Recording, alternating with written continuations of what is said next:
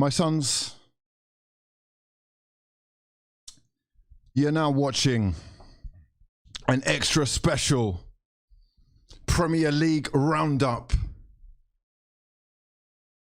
and another episode live and exclusive from the Fraud Gang HQ all the way in London. Let me know exactly where you're watching from. Fraud Gang International, I see you. Fraudification Squad, much love to your mothers for joining me for another lowdown analytical breakdown as we look back at another extraordinarily chaotic Premier League match week, completed with a sumptuous goal from Joao Moutinho as Ralf Rangnick and Cristiano Ronaldo are rustled, rocked, rumbled as they crumble at Old Trafford. Sensational scene, so much to talk about. Whichever club you do support, doesn't have to be Manchester United, but this is your chance to get involved, have a conversation, a little chinwag with your fraud father to discuss the biggest games of the week with your favourite YouTuber's favourite football YouTuber. My sons,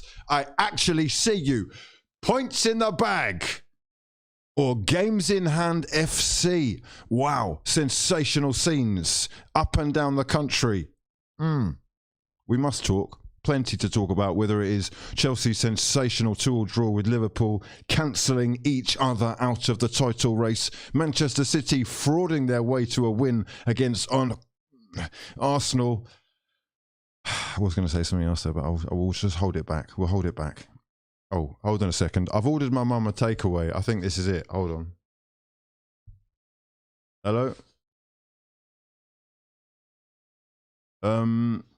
It is...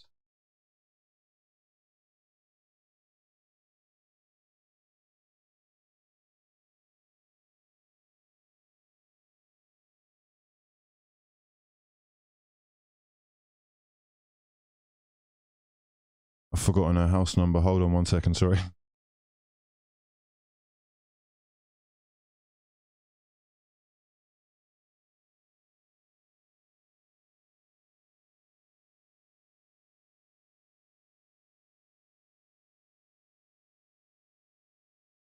Cheers. Bye-bye. Okay, nice one. Right, sorry about that. Major fraudulence. Yeah, successfully delivered. We're back. My fellow frauds, please. These are, of course, turbulent times, and I want to express and share much love to your mothers. I hope you are looking after each other. We're doing each other good energy only tonight. However, I'm sure there are going to be plenty of people who feel a certain type of way about what's going on at their club. This is your opportunity to get involved. Join the Discord. The links in the description box below, or one of the fellow frauds in the chat will help you out. We are back with your little bit of respite, your little escape to talk through all this madness. We're going to break down exactly what's going on at Manchester United. I'm going to give my opinion first and foremost. However, like I say, please do get involved. I want to have a chat with a few of you tonight and see exactly where you stand. Lockdown may not be a thing for all of us anymore. It certainly is for some. Hopefully, you can share your emotions with me tonight. I know it's going to be a fiery one. There'll be Arsenal fans who think that they've been cheated out of points. There'll be fans who think that football is fixed. There'll be fans that think the Premier League is just the most swashbucklingly entertaining league of them all. And some are going to have serious issues about the direction in which their clubs are going in. Maybe you're a Liverpool fan who's disappointed about what's going on there. It seems to be falling apart a little bit. Chelsea may well have got themselves a point and look lively as anything. There's a little bit of drama going on with Tuchel and Lukaku at least, and a hell of a lot of points have been dropped. Are they even in the title race anymore? Is it a done deal? Manchester City, even when they're not playing that well, they looked quite tired. I don't think they really deserved that much, if anything, from the game. Still coming away with a win, and that is the mark of champions, I think is what they say. My sons, let me know exactly where you're watching from. We don't just have to talk about the big clubs either. We've got sensational stuff happening with, in terms of the football, polarizing situations with Everton and Brighton. Shocking for Everton, isn't it, really? I don't know how Rafa's still in a job. We'll talk about that. Brighton playing some sensual football under Graham Potter. West Ham back in the conversation with a 3-2 win. Unbelievable scenes in that one. We've got plenty to be talking about, whichever your club is. My sons, mine are actuals. Let me bring you into the conversation. How are we all doing? Let me know exactly where you're watching from. We are going to kick things off with Manchester United losing at home. Beautiful scenes of glorious emotion. Unbelievable. I'm not going to lie. Thoroughly enjoyed that. Manchester United are in a serious little bit of pickle, aren't they? Didn't they? What's going on with Ralf? Ralf, I had such high hopes for you. It's looking like you really do belong upstairs. And I'm starting to wonder if this does go as wrong as it looks like it might well go over the next few months. Is he actually going to have a leg to stand on when it comes to making the decision as far as who goes forward with the managerial role? Plenty to be talking about with regards to Manchester United. Much love to all of you who are joining us. We have got Dev Singh in the chat. Let me bring some of these up. My sons. Much love to especially DJ Harry Hass, Ken Maig, Sem R. I see all of you. Asim. Dev Singh saying, Hugh, I know you don't care, but that... Oh, bro. Listen. I don't know what you're talking about because I don't... I'm watching the football, not other people, but let's just, let's just be nice. Each and every one to themselves. I'm sure everyone's well. I hope they are all well. Much love to your mothers. We're progressing in the nice way. We were progressing in a nice way. You got to proofread these things before you read them out. We were progressing in the nice way and told everyone after the Everton game we were progressing, and today is the same energy. We will show Conte levels. Okay, Arsenal fan. Okay, gas. I'm confused by your picture. You've got Luka Modric as your picture, former Spurs player. You're an Arsenal fan? Extremely fraudulent. Azil, much love to your mother. Michael Hawes, how you doing? My son. That was an awkward one, wasn't it? AD says, my fraud father, that's a great result for the arse. It is indeed. Josias, I salute you.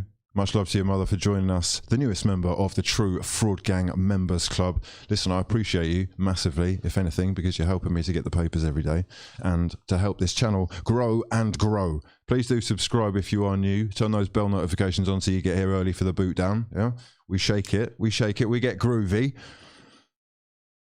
Only the early birds get the worm.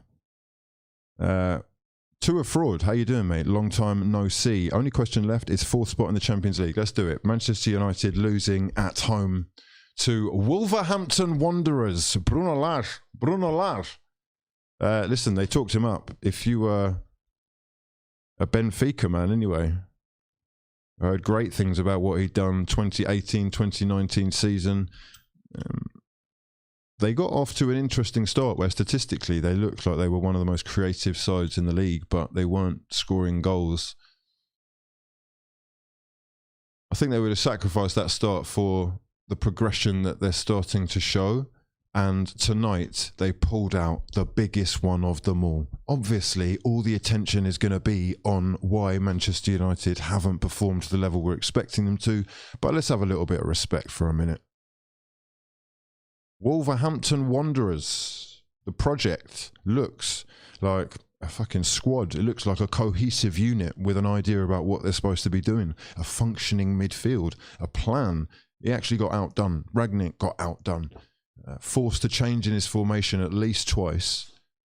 This 4-2-2 thing, I don't know whether it's the one or whether it's the personnel, but what we're seeing is certainly not working. And he himself knew that because he did change it, forced into it, absolutely engulfed in midfield, overloaded. Wing backs making it 5 or more in the middle against 2 or 3 at the most. And it was not, it's not progressive. This is not game changing. This is not what I was expecting to see, if I'm honest. And I know Manchester United fans are certainly going to be up in arms about the direction that things are going in. It is early doors. Let's just take this with a pinch of salt for a second. 2.5 weeks, apparently, he said that he has had to train them. You usually expect some kind of, you know, energy when a new manager comes in. The new manager bounce. It is really not happening, though, is it? And one man in particular is getting the finger pointed at him. You're looking at him right behind me. Is this the right person to be pointing the finger at? Cristiano Ronaldo? I want to get your opinion. I find it interesting that so much was said when he came about the mentality that he was going to bring, how he's going to influence players. I myself am of the opinion that if you have someone around like that, they won't tolerate you being second best for too long. What I didn't really take into consideration, I think, was what comes with that as well. And there may well be too many egos in this dressing room. It strikes me as no coincidence that since turning up, you're seeing quite a few players taking steps backwards. And whether that is Cristiano Ronaldo himself or not is sort of irrespective of it. It is just happening. The changes that are afoot. Oh, we've got plenty of people trying to get involved in the chat. Let me just get these out of the way. Remy, oh my days, my actual son, my brother from another mother. Yeah. Happy New Year, mate. That's a face I haven't seen for a while. Hope you're well. Are you still, where are you in the world? Globetrotter, New York, all over the place, I seem to remember. Mike Mooney, my actual son. Oh, bro, what a lad. Welcome to Elite Fraud Gang membership, my son. I appreciate the support. We keep it moving. Let's go to Jacob C, who says, won't name them, but a United... Oh, bro. Is basically Rangnick out already? Okay, I'll be honest, right? I don't watch any other football YouTubers. I mean, do I? Well, there are a couple, but they're not really YouTubers. They don't show their face. They're just sort of talking about games and, you know. This is... Rangnick out already. I'm howling that fan base is so entitled. They should try being 15th in the championship, needing Andy Weimann hat-tricks to get points. Well, okay. Look, I have to take your comment with a touch of, you know, the side that I recognise or can relate to without being an Arsenal fan is that I expect my side to be at a certain level. I'm not being funny, but the expectations are very different when you're a United fan to any other club in the world. So maybe it is entitled. Maybe we need like a reality check. Maybe people need to accept where United are. The fact of the matter is, so far,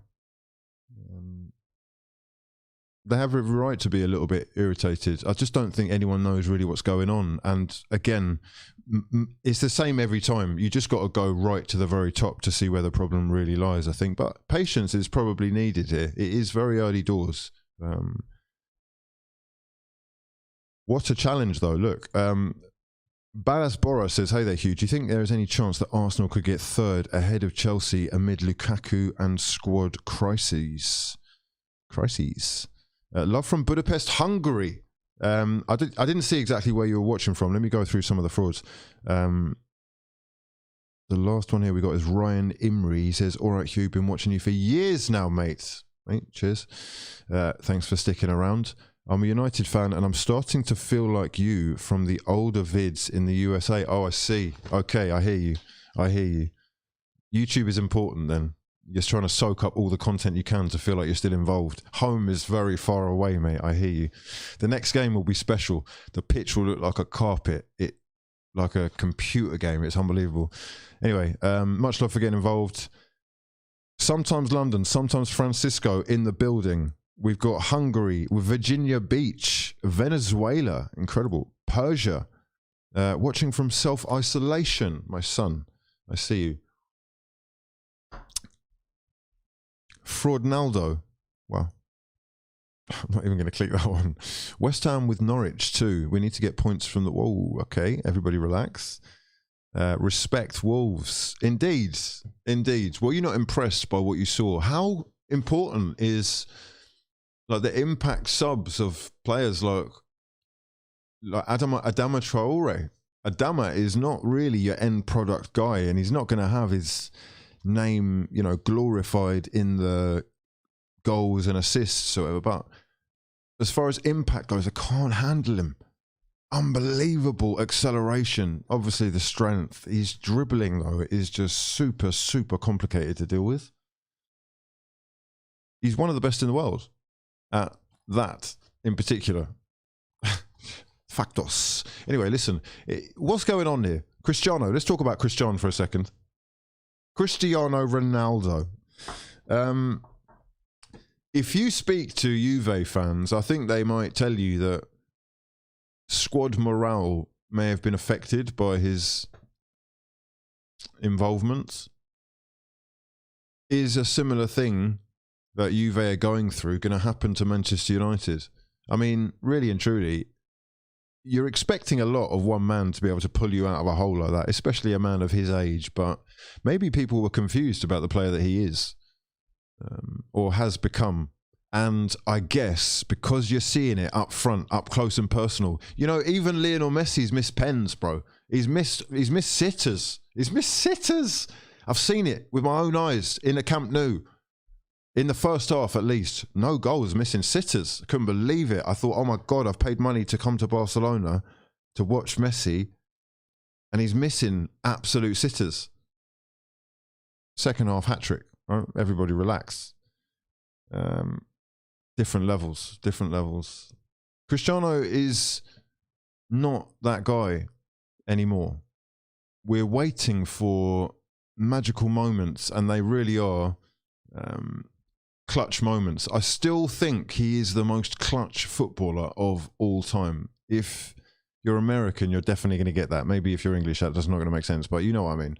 Come the last minutes, come the latest minutes, when that final shot happens, he's probably the guy you want to go to. But today, for example, I'm looking to you to be the hero. I'm looking to you to be our savior. And for the free kick, I just get this feeling that sometimes he's a little bit of a shirker. I know that's going to sound weird, but he wants all the glory. Maybe that was a little bit too much risk. I watched him score. I was there for the Spain-Portugal game. I've seen that you can do that from that distance, that angle. That's you. But, you know, maybe there's a thing with him and Bruno, he takes this and he takes that. I don't know. I guess Bruno gave up the pens for him, didn't he? So there's something. No, hold on. No, he's doing it again. He did it at Villa, didn't he? I don't know. Tell me if I'm totally out of order by saying that, but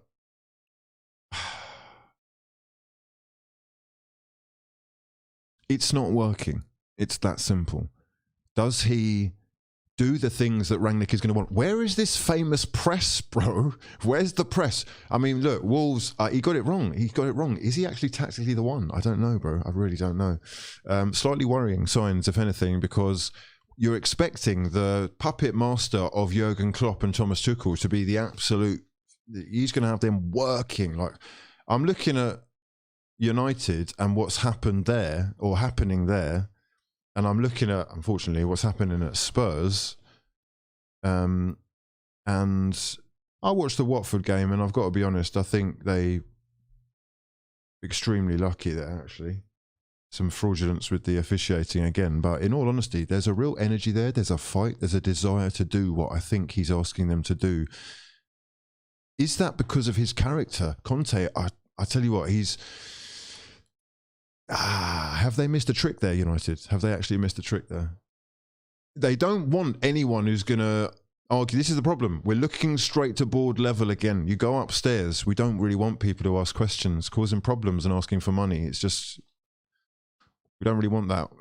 The one person that they've allowed in who's sort of that kind of character is the most successful manager since Sir Alex Ferguson, isn't it? It's Mourinho, really.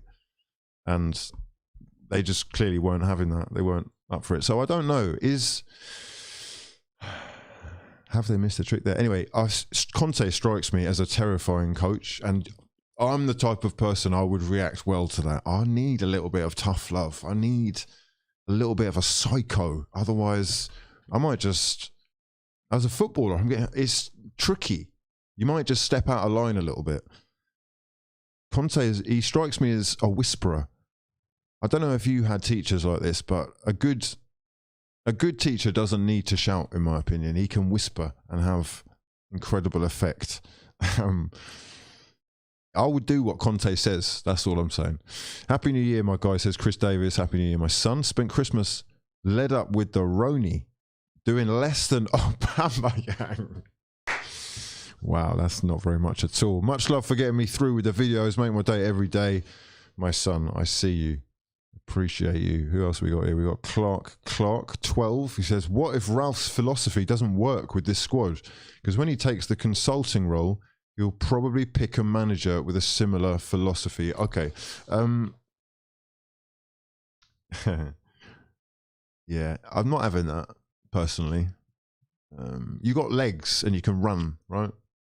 Essentially, you are all technically gifted footballers with all due respect, some more so than others. But, you know, even the likes of Fred and McTominay, I know people don't like their names, but they are international footballers. So a good coach should be able to get something out of them. You're not telling me that, you know, I hate to say it, but there are a lot of lesser sides that are proving themselves to be sort of more than the sum of their parts. It is about the cohesion. It's about unity. It's about having a plan, a direction, and everyone understanding their job in expressing that philosophy that the manager's trying to put over.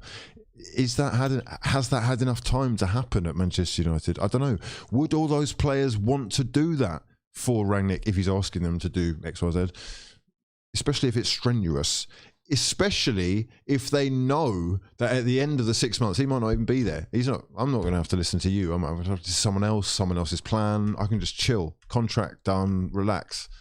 Is that going on?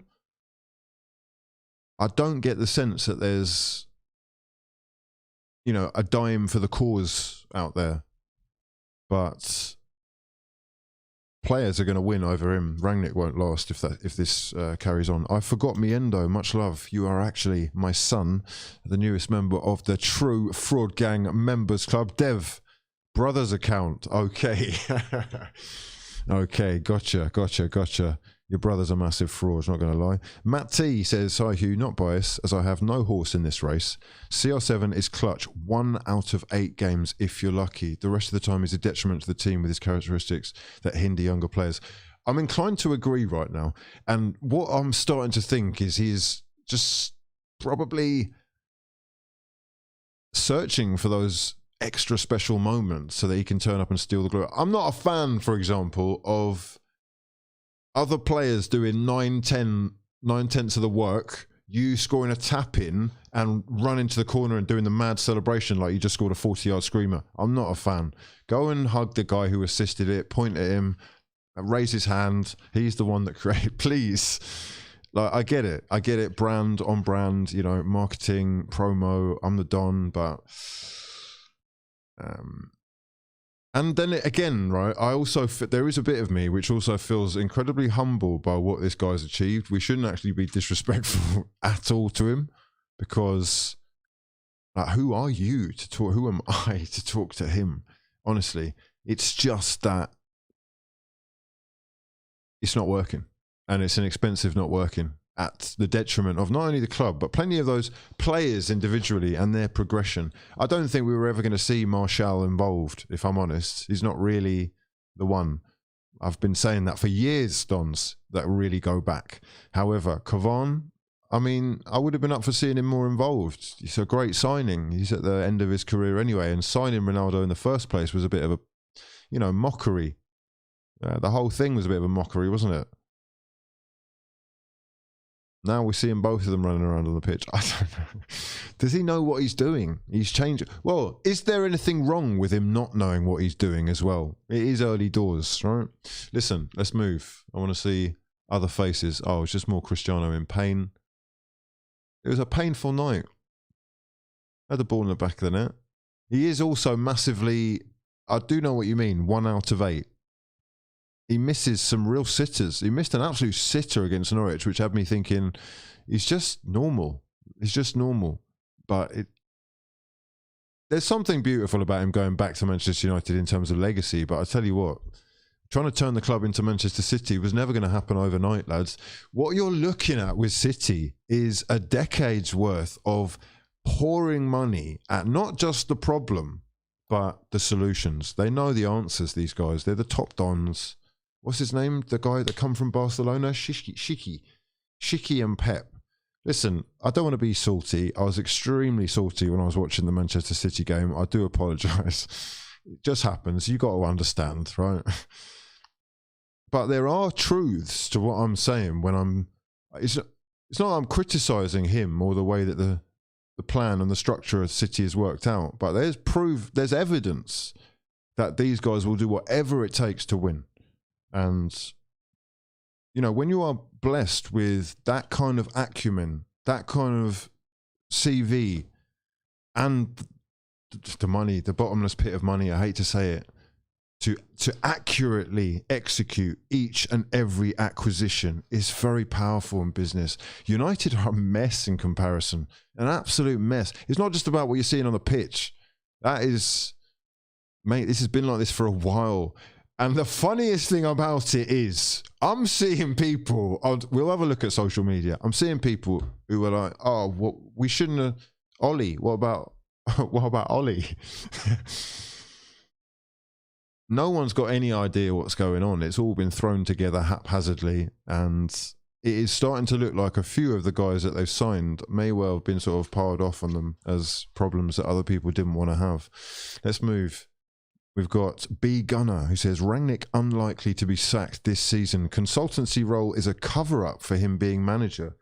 The board can handle the hate. Fans cry regardless.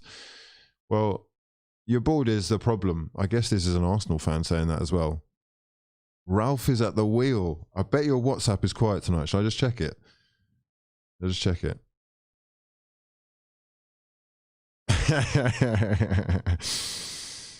Yeah, they don't want to talk about Manchester United. The funniest thing, tonight in the WhatsApp group, right? Manchester United fans, they're talking about the darts. You couldn't write it. You actually couldn't write it. Unbelievable. And it puts teams like Arsenal in prime pole position for Champions League football. I didn't think I'd be saying that at the beginning of the season. And honestly, we're only halfway through it, so I don't want to get too ahead of myself. But lads, ladies, children. No, children, you should be in... No, is it 9:30? It's only 9:30. It's still kids. You're up. Let's have a party. Bring your parents though, right? Guardian signatures needed. Actually, this is an over 18 R-rated stream. Is it? No, don't tell YouTube that. It's not. It's a calm stream. It's a relaxed one. It's a very relaxed one. Everyone's welcome. I'll try not to use any plosives. Yeah? Explosive. Okay. S. Wade says Newcastle will be the next City. We'll get there. We'll get to you. We'll get to you, my son. Oh no, he's a Chelsea fan. We're coming to you next. The legacy clubs will struggle massively in the next decade. Okay, I'm just going to go back to that comment. Sorry, I know we're flip-flapping, right? But let me just deal with this comment. S. Wade, much love for getting involved. He makes a great point, and it makes me think, actually, of one of the real reasons why Sir Alex Ferguson is such a genius. In life, right, especially in sport, timing is everything. Not only in the, you know, the actual playing of it, but in your terms of your career. Going out of the top, if that's what you want, is incredibly difficult to time. Some of the greatest of all time have ended up, you know, flat on their arse and looking kind of embarrassed and desperate for money and whatnot. Sir Alex has got off the boat after the most dominant period since what, Liverpool in yesteryear when I wasn't born, but just before, you know. Well, not just before, but yeah. What's happened since then? Money has happened. Money has come into the game, and they are no longer the dominant financial force in the league. Since then, Chelsea are back. I mean, bigger than ever. No, they're not back. They're bigger than ever. They got bought for £1. I was around for that. State of it. See outside the ground. Clubs, new clubs. Manchester City have happened. Newcastle United happening is going to take time. Make no mistake about it, though. They will accelerate the process even faster than Manchester City if they're allowed to. And it looks like these sponsorship loopholes that they're able to get through, and England has opened themselves up to as well. Have you started seeing more adverts for Saudi Arabia on TV? I've never seen this much. Never. I mean, maybe there's something else to it, but the timing is incredible. Yeah, I actually saw an advert for Visit Saudi Arabia on the BBC website. I kid you not. And some people are going to say, why is that mad? That's fucking mad, bro. Excuse my French. Regardless, we move. Let's have a look at the legacy clubs will struggle massively in the next decade. I like league table.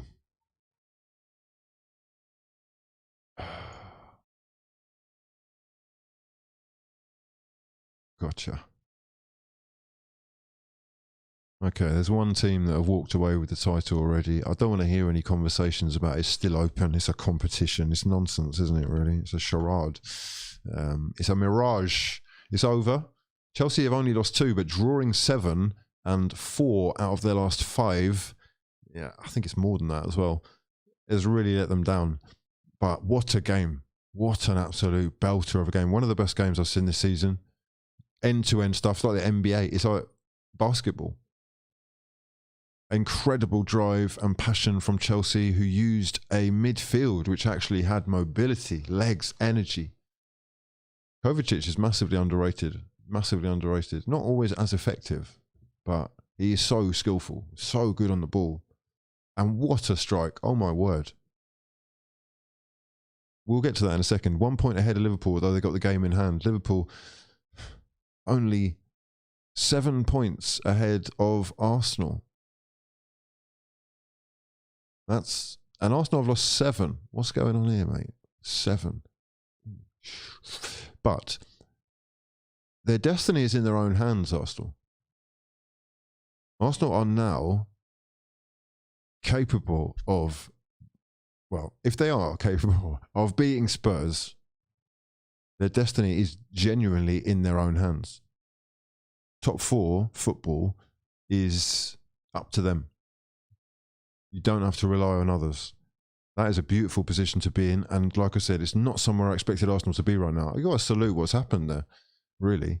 I don't know how they've actually done it, but the fixture list is more challenging going forward. So, you know, there are massive tests ahead, but you got to salute what they've done there. It looks like the progression that people have been praying for is actually happening. West Ham back in the conversation after 2 wins on the trot.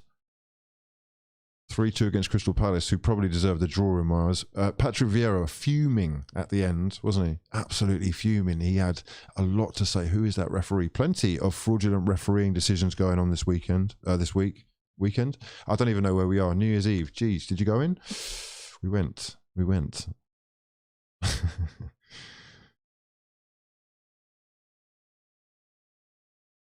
Spurs are one of the worrying situationships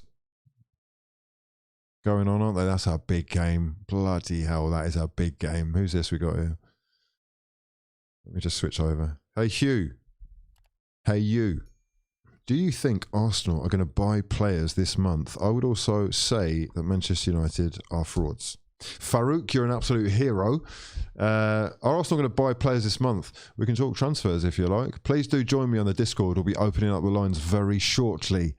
We got plenty to have a chinwag about. Transfer window being open means you're expecting those in need to make signings. Arsenal do find themselves in that position as well, with midfielders going to Africa Cup of Nations. You would like to think Thomas Partey and El Neni going warrants at least a loan signing for Arsenal. I'm going to say it's a loan, probably not a purchase, but you never know. Yeah, you just never know. There's plenty of rumours anyway. We can go through some of them. Let's have a look. It's beautiful, says To a Fraud. Wolves are so well drilled as a team. We've got, what's this? Wenger was right when he said refs need to turn professional. Probably the lowest paid players on the pitch, aren't they? Or the lowest paid people on the pitch by quite some distance. Perhaps if you change that, you sort of change the way that people approach it, or the way they could potentially be open to manipulation. Kepa's an excellent penalty stopper, says Joseph. Open play, he's a mistake waiting to happen. Kepa. Okay, let's talk about the Chelsea goalkeeper that actually played.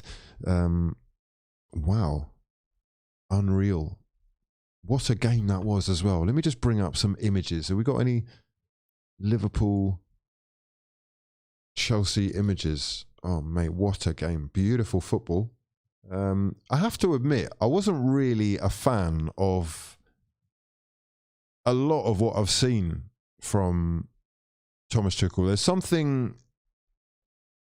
There is something missing, especially with what they have at their disposal. I just think that we should be expecting a little bit more. Maybe it's harsh to say that, but anyhow, that wasn't the case against Liverpool. It was. They should have. I mean, honestly, is it Pulisic? He's got to go around the keeper there, mate. How have you not gone around the keeper? How have you not buried that chance? They had plenty of opportunities to actually go into the second, or go into half time in the lead. But what a game. Mendy with an unreal save against Salah. It was an action-packed thriller. But the only winner really on the night is Manchester City, who see both sides dropping 2 points, and as a result are just waltzing their way to another Premier League title. How is this ever going to end? Do we actually need Newcastle? Do we need another serious challenger? Because Chelsea aren't there yet. They're not there yet. That's the truth. And right now, Liverpool are just shy of where they've been, even though, again, I do think they had chances themselves to win the game. Yeah, top quality. Anyway, we move. Dylan says, love to your mother, but look at our injury list. Dylan, who are you talking about? It can't be, it's not Manchester United, is it? Are you talking about Chelsea? Or Liverpool? Oh, you're talking about Liverpool, aren't you? Liverpool have got quite a lot of injuries, haven't they? Let me have a look.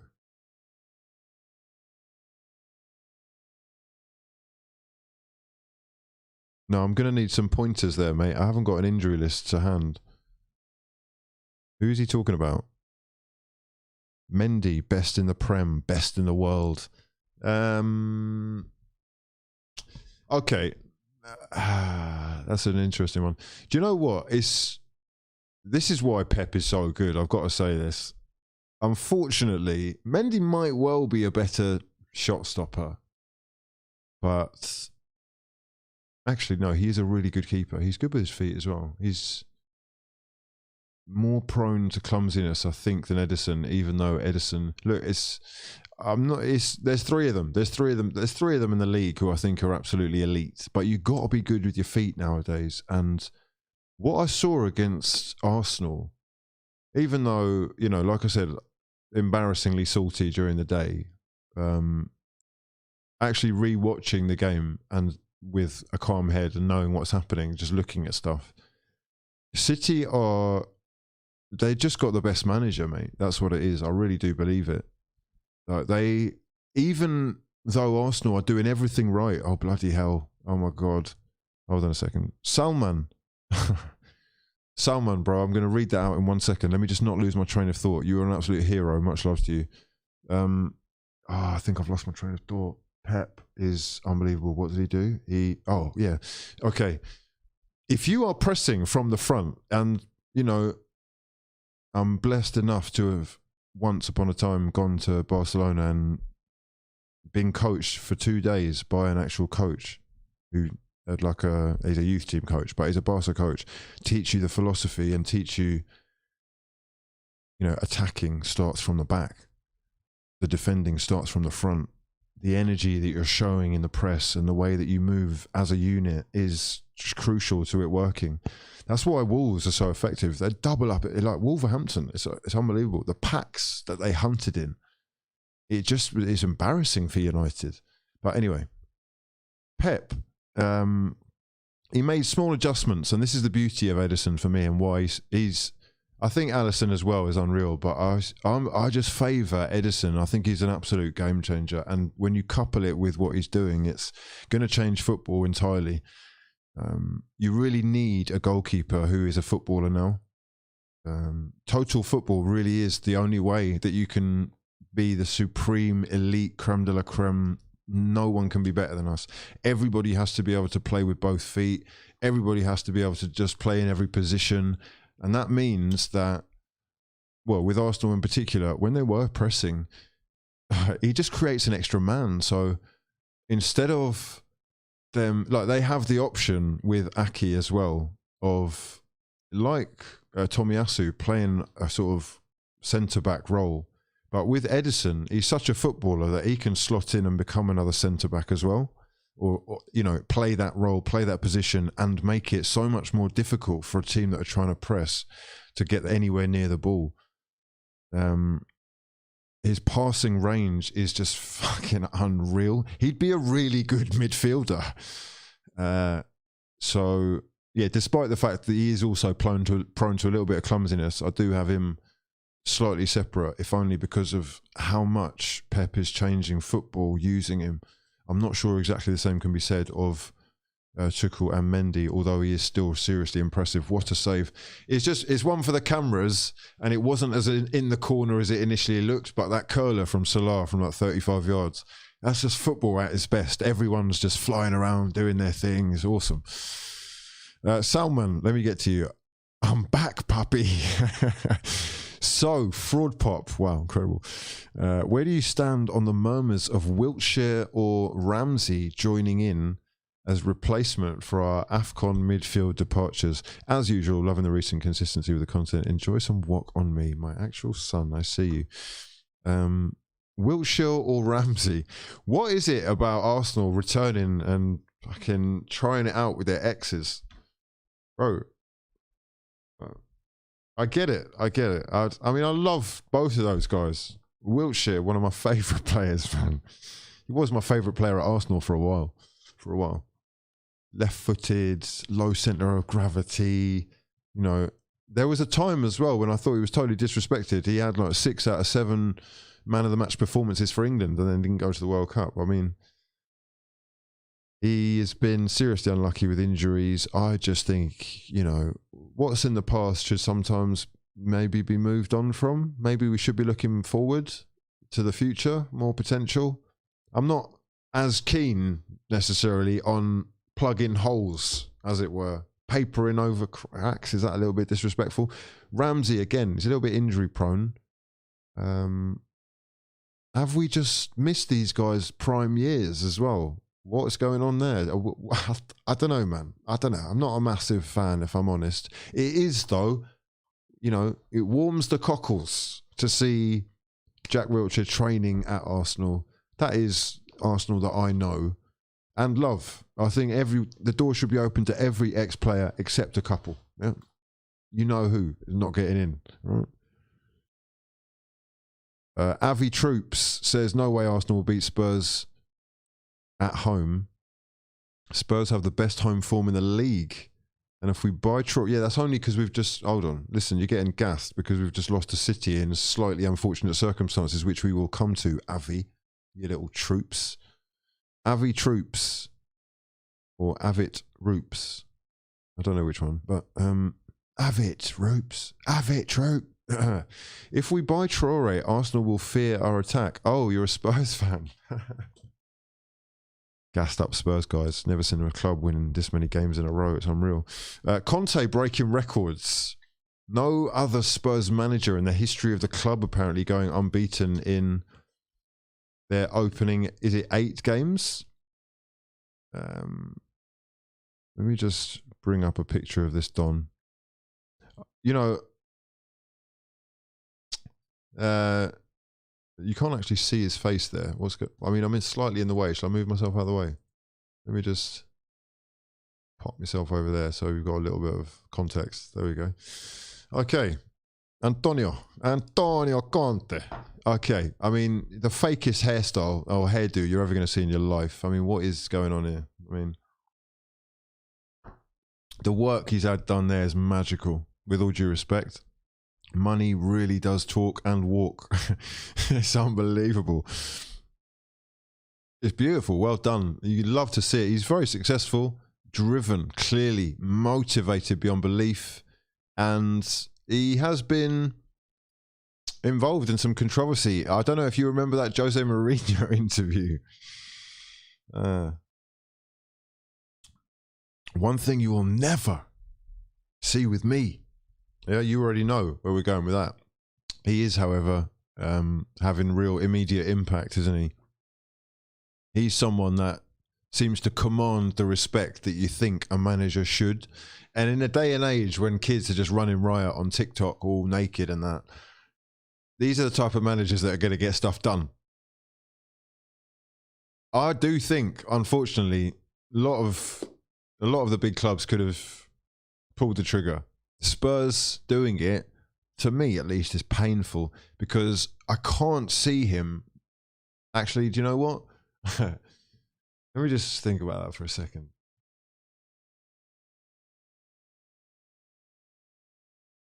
It's Tottenham. They might not. They might not. The likelihood is he's going to win a trophy. Right? It's been a while. When has it been?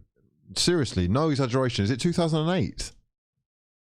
Spurs win.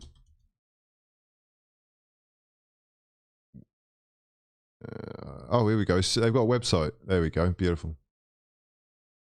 13 years, 11 months, 21 days. What was I doing 13 years ago? I hadn't even moved to America yet. I think I just left uni. Wait, is that 2008? Is that 2008? Let me just confirm. Yeah, it is. 22,000 days ago. Closer to the Victorian times than the present day. I mean, honestly, that is painful. Do you know how, I'm not being funny, right? All banter aside, I know this is banter, right? But all banter aside, Avi troops, right? Your life has been adversely affected by the team that you support, unfortunately. Because if the joy, or at least part of your joy, is coming from your team being successful or giving you moments of pleasure, it being your vice, mate, you've been waiting your whole life and never seen anything happen. This is like, imagine if this was, I don't want to, we go, what time are we? It's nearly 10 o'clock. It's fucking 18 and above only. Yeah? Imagine if you're trying to get you over the line for the first time. Huh? And you're the equivalent in terms of being a Spurs fan. Bro, you're getting nothing. It's a drought. Huh? Oh, mate. You're talking socks and tissues for life. Oh, wow. Bro, other people, we're out here living. Oh, we're just living. Sowing seeds, growing trees, and okay, everybody relax. 13 years a long time, mate. So maybe it is about time Spurs won something. And, you know, they've tried other avenues that perhaps were questionable. Top four is a much more realistic target, and that looks like something that may well be on. That game against Arsenal is an absolute World Cup final. If Spurs were to win their 2 games in hand, one of which is against Arsenal, they would be on 39 points. Oh, mate, that's 4 points ahead of Arsenal, who would have, of course, still have played one more game. So, oh no, wait. Yeah, one more game. They're a problem right now. However, the game I watched some massively fraudulent officiating. What's going on here? Watching Joao Pedro, electrifying run, takes on 2, beats both, takes on a 3rd, muscles his way past him with a little bit of skill. He's going in on goal. You can see the next action is draw the leg back for the burst. And the referee blows the whistle. Pulls him back. No advantage. To be fair and balanced, I did also see a quite blatant penalty not given on, I think it was Eric Dyer. A foul on Eric Dyer. He basically rugby tackled him, wrestled him to the ground. Looked like Stonewall Pen. Not sure why that wasn't. Maybe someone can fill me in. The officiating in the Premier League has been called into question this weekend yet again. Let me know your thoughts on what you saw, for example, against Mane with the elbow after 6 seconds. I saying the quickest yellow card in Premier League history. Is that right?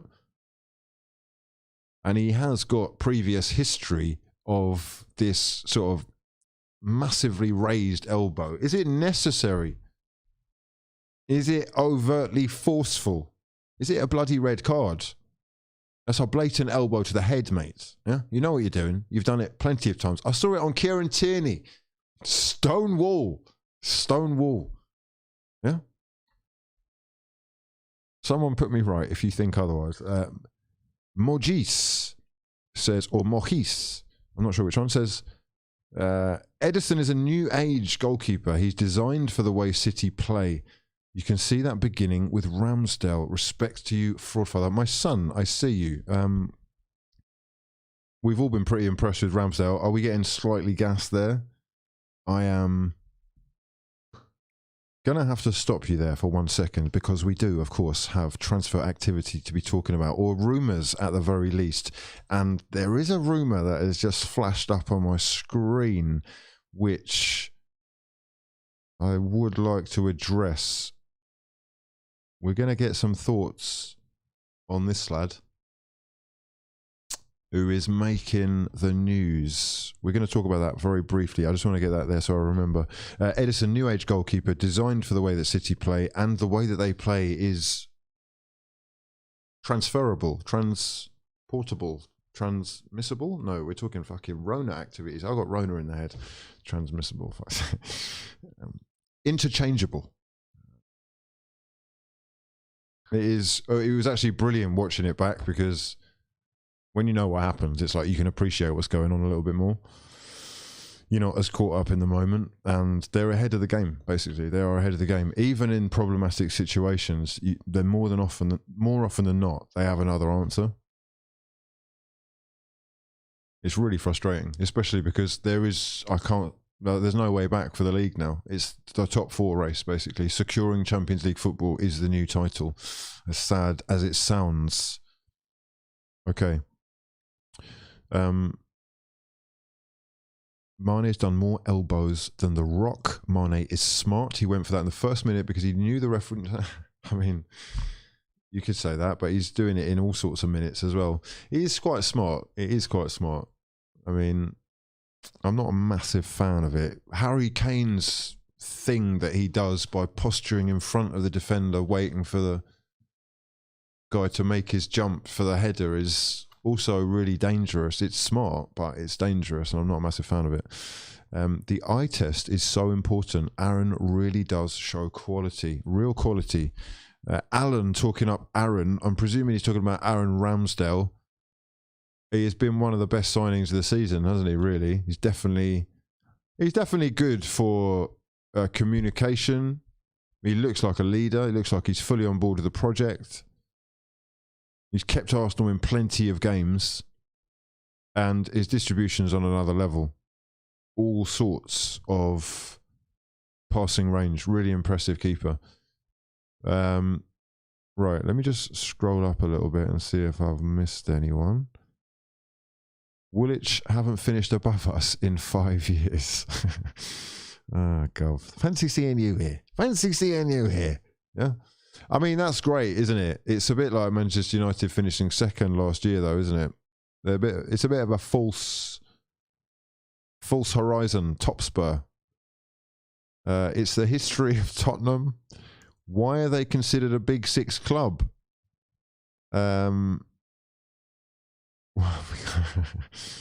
Christopher, much love to your mother, mate. Love you back.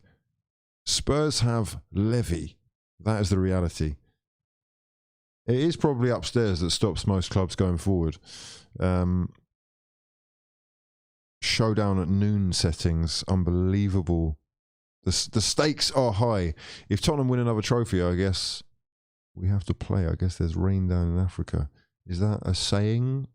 It does rain in Africa occasionally, in some parts especially. Biggest game of the last 5 years for us. No. We've had European Cup semi-finals, mate. European Cup, what? What's he on about? That was...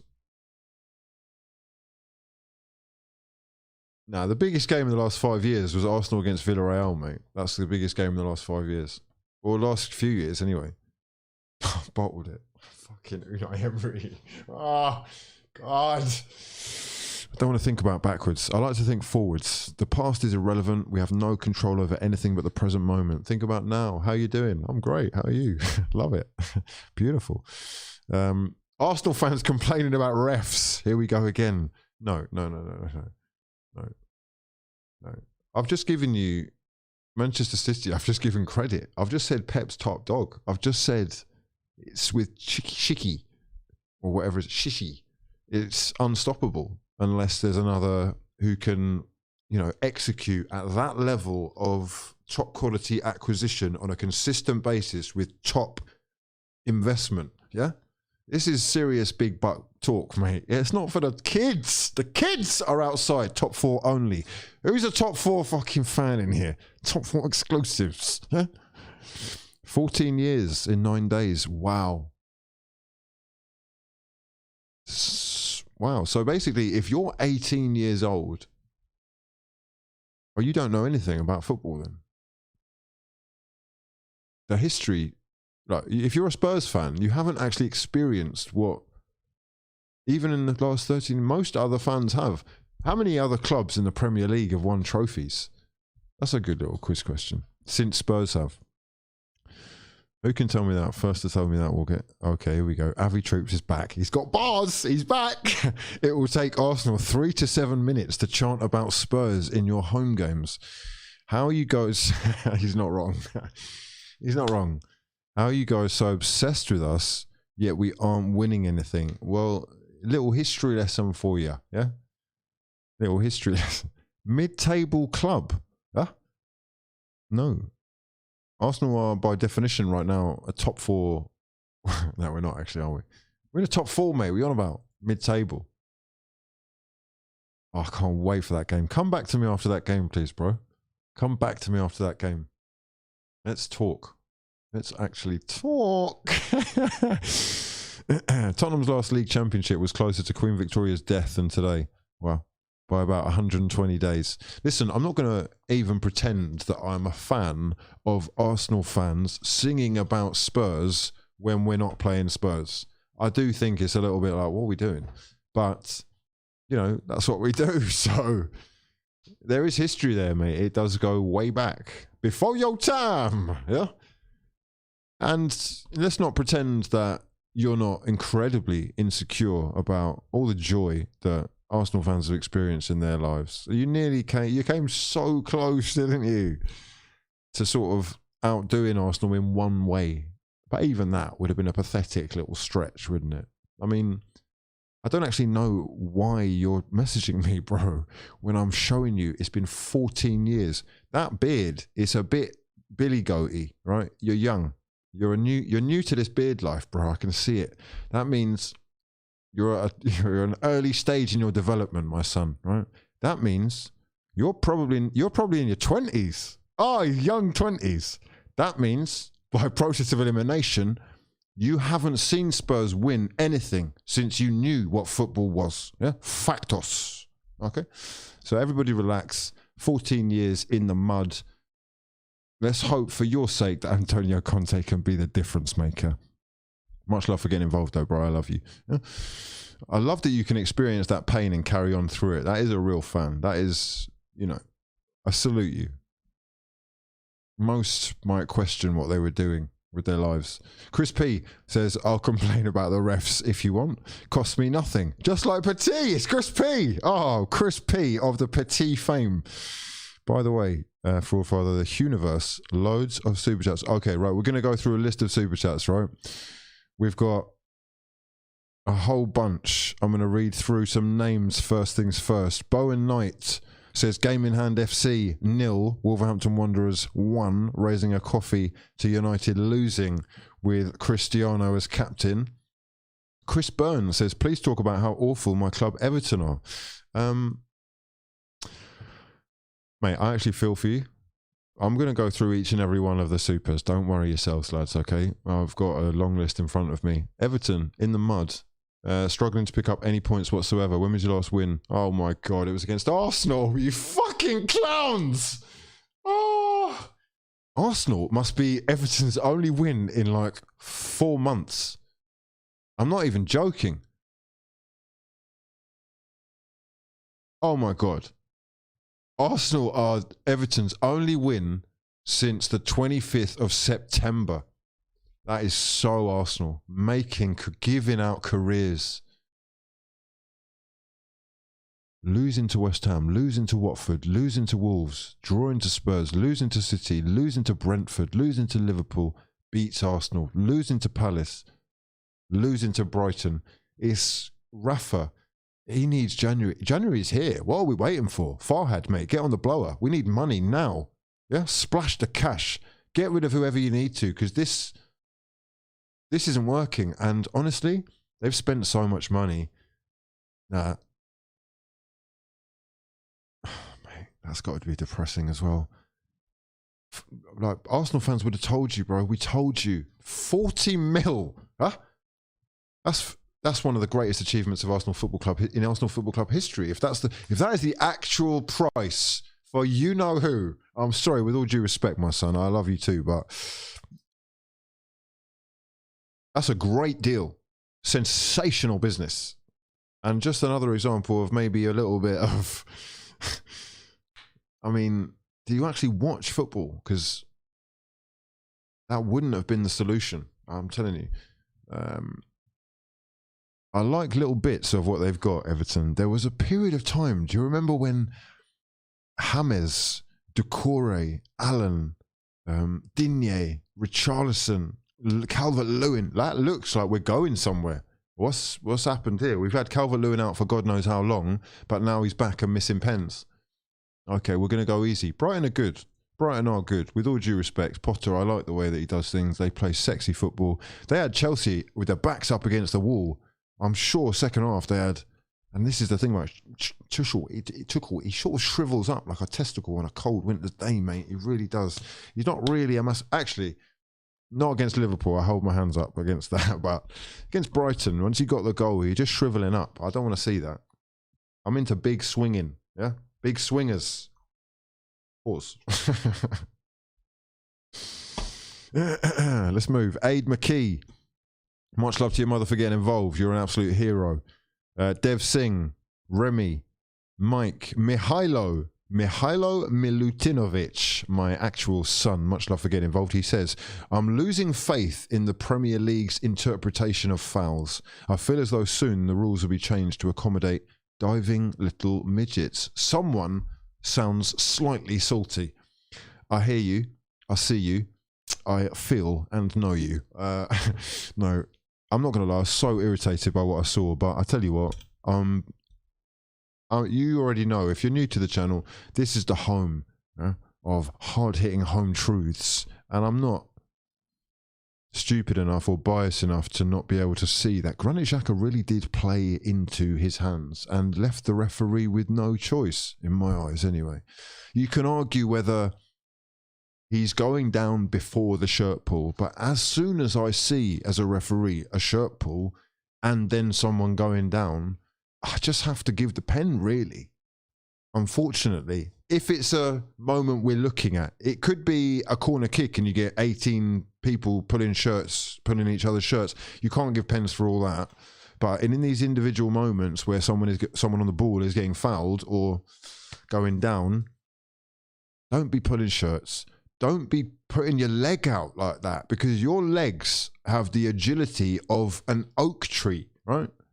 You are not an athlete like that.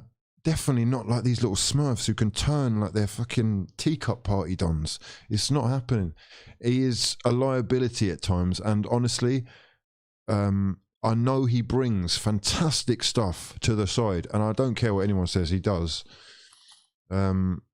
I do look forward to the day when we can find someone who is able to do those things but also have mobility. You know, the Premier League needs that, and I do think that he's actually adding like solidity to Arsenal's midfield, and you know, he can be used in a certain way, but he's being used in a certain way as well because of his ailments physically. That's why you're leaving him in that sort of left back position, playing that centre back role, because you don't want him going forward. Or, you know, there's a mistake in there too often, but the officiating itself definitely can be called into question with regards to the Ederson and Odegaard pen in my eyes, because both penalty situations have to be looked at. Both penalty decisions have to be given. I'm sorry, you have to give it. You have to give it. I don't want to see one angle being shown on the VAR as well. What is going on? You're making me think something dodgy about this whole nonsense.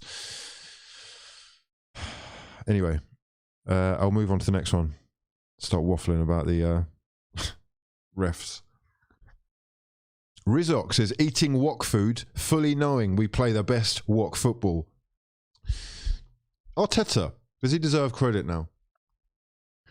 Was having Albert Stevenberg on the sidelines and actually taking a couple of training sessions part of the reason why Arsenal players were so free?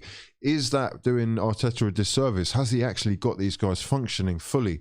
You see the guy on the sidelines with the AirPods, the new guy, the young guy, I don't know what his name is, clearly getting screamed at by Arteta down the line. I reckon there's one thing I'm starting to see from his character anyway with Arteta that I really do like. Let me just bring up a picture of this fraud. I know a lot of people say he's not an Arsenal legend. He's not. People say he's more of an Everton legend, but he's someone that has learnt from Pep and Wenger and comes from, you know, a school of La Masia. He has gone through Scottish football, which is a different animal. I reckon he has the ability to have a hell of a lot of knowledge accumulating up here. Whether it's all going to happen overnight, it's another question, another entirely. But one thing I like about his character personality is he's clearly about the football. Now, I know a lot of people who are in the chat right now come back because, you know, I'm about the football. I watch the football. I love the football. I don't know what I would do without the football. I love other things, don't get me wrong. I'm passionate about other things as well, but it's sort of the one constant in my life since I could walk. Rolling up socks in my bedroom when I was a little smurf myself and using chair legs as the goal whilst listening on the radio because no TV. Or when other kids had computer games, I didn't have computer because we didn't have a TV. There's no computer games going on. My mum did get me a Game Gear, but honestly, I was in the garden trying to keep the football away from two German shepherds. It's tricky, right? But you get good. And I'm obsessed with it. That is going to shine through. This guy, I don't think he's about much more than football. Do you know what I mean? I don't see him going out raving. And I know that most managers aren't going out raving, but I reckon he's probably at home with diagrams, Venn diagrams, graphs, charts, stats, names, software, football on 4-5 screens. That's the type of Don I'm starting to see here. And look, there are people that are going to say, with regards to Manchester City's win, it's the 10th one in a row in the Premier League. What has actually changed? It's a results business. But I think the reason why you'll see so many Arsenal fans quash that is because, it's undeniable that the officiating influenced the game. Arsenal did lose their heads. I think that is part of the problem. They're young. An experienced side may well have been able to deal with the pressure that was building slightly better, but there's no shame in losing to that side, a side of that quality in that manner.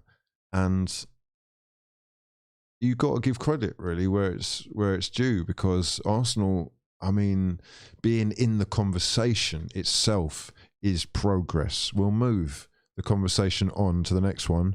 That was Rizzo X8 eating wok food. We do love a bit of wok football, yeah? Ian, 17 months, one absolute hero. Oh, mate, 17 months. He's got the Champions League trophy. That is going to get transformed this week, okay? That's probably going to be a World Cup trophy or even a Ballon d'Or. We're adding 4 new trophies. We got, mate, that's a lot of love. 17 months. You're an absolute legend, mate. I appreciate you. Balaz Boros says, oh, we've had a look at that one already. He's from Budapest, Hungary. He's talking about Lukaku. Ryan, we've done him. Chris Davis, we've done you. Danimal. Okay, Danimal Yanandez says Arsenal are missing Andre Silva up front as a number 9 and Ruben Neves. Ruben Neves, he would bench Partey. Look, everyone was looking at Ruben Neves tonight, expecting that he would be the one to score the wonder goal. He certainly pulled or forced an unreal save out of David De Gea. But it was the elder statesman whose image I'm going to bring up right now. We'll bring up a couple of these images. Beautiful, beautiful moment. 35 years old, doing it for the Dons, yeah? Doing it for the Dons! Mate, do you know what? That Monaco team was one of the most incredible to have ever been put together. I'm sorry. It's one of the best teams ever. That's so much fun. And look who's in it. The diving little fucking smurf. Bernardo Silva, Falcao, Mbappe, Sidibe, Kondogbia. I mean, you got one guy here who is an absolute general. He's a pass master. He controls the midfield. He understands his role. And his age has not been a hindrance since he's moved to the Prem. Real footballer. Real True Ballers FC Squadron. Don. Simple stuff. And what a moment as well. 35 years old, 117 days. Joao Moutinho, the oldest visiting player to score a winning goal at Old Trafford in Premier League history. I mean, Premier League history, I'm not really a fan of that term, I'll be honest. Football did not start in the Premier League era. Can we stop doing that? We need to stop doing that. We need to stop. Anyway. Much love, Danny Mal. He says, Andre Silva. What do we think about Andre Silva up top? If he's going anywhere, he's probably going to Wolves, mate, isn't he? I mean, pardon me if that's out of order, but it looks like, you know, they've got their plan or their formula. Martin says, Ronaldo, Cavani, Jones, Varane, Matic, De Gea combined are older than Arsenal's entire squad. I mean, I don't know how you're dominating a midfield with, yeah, it's Varane, not ready again. Is Phil Jones Manchester United's best centre-back? Is that what's a strange one? I think it's Harry Maguire. I know that's, people aren't going to, people hate me for saying this, but I'll get slated for saying that Harry Maguire is actually decent.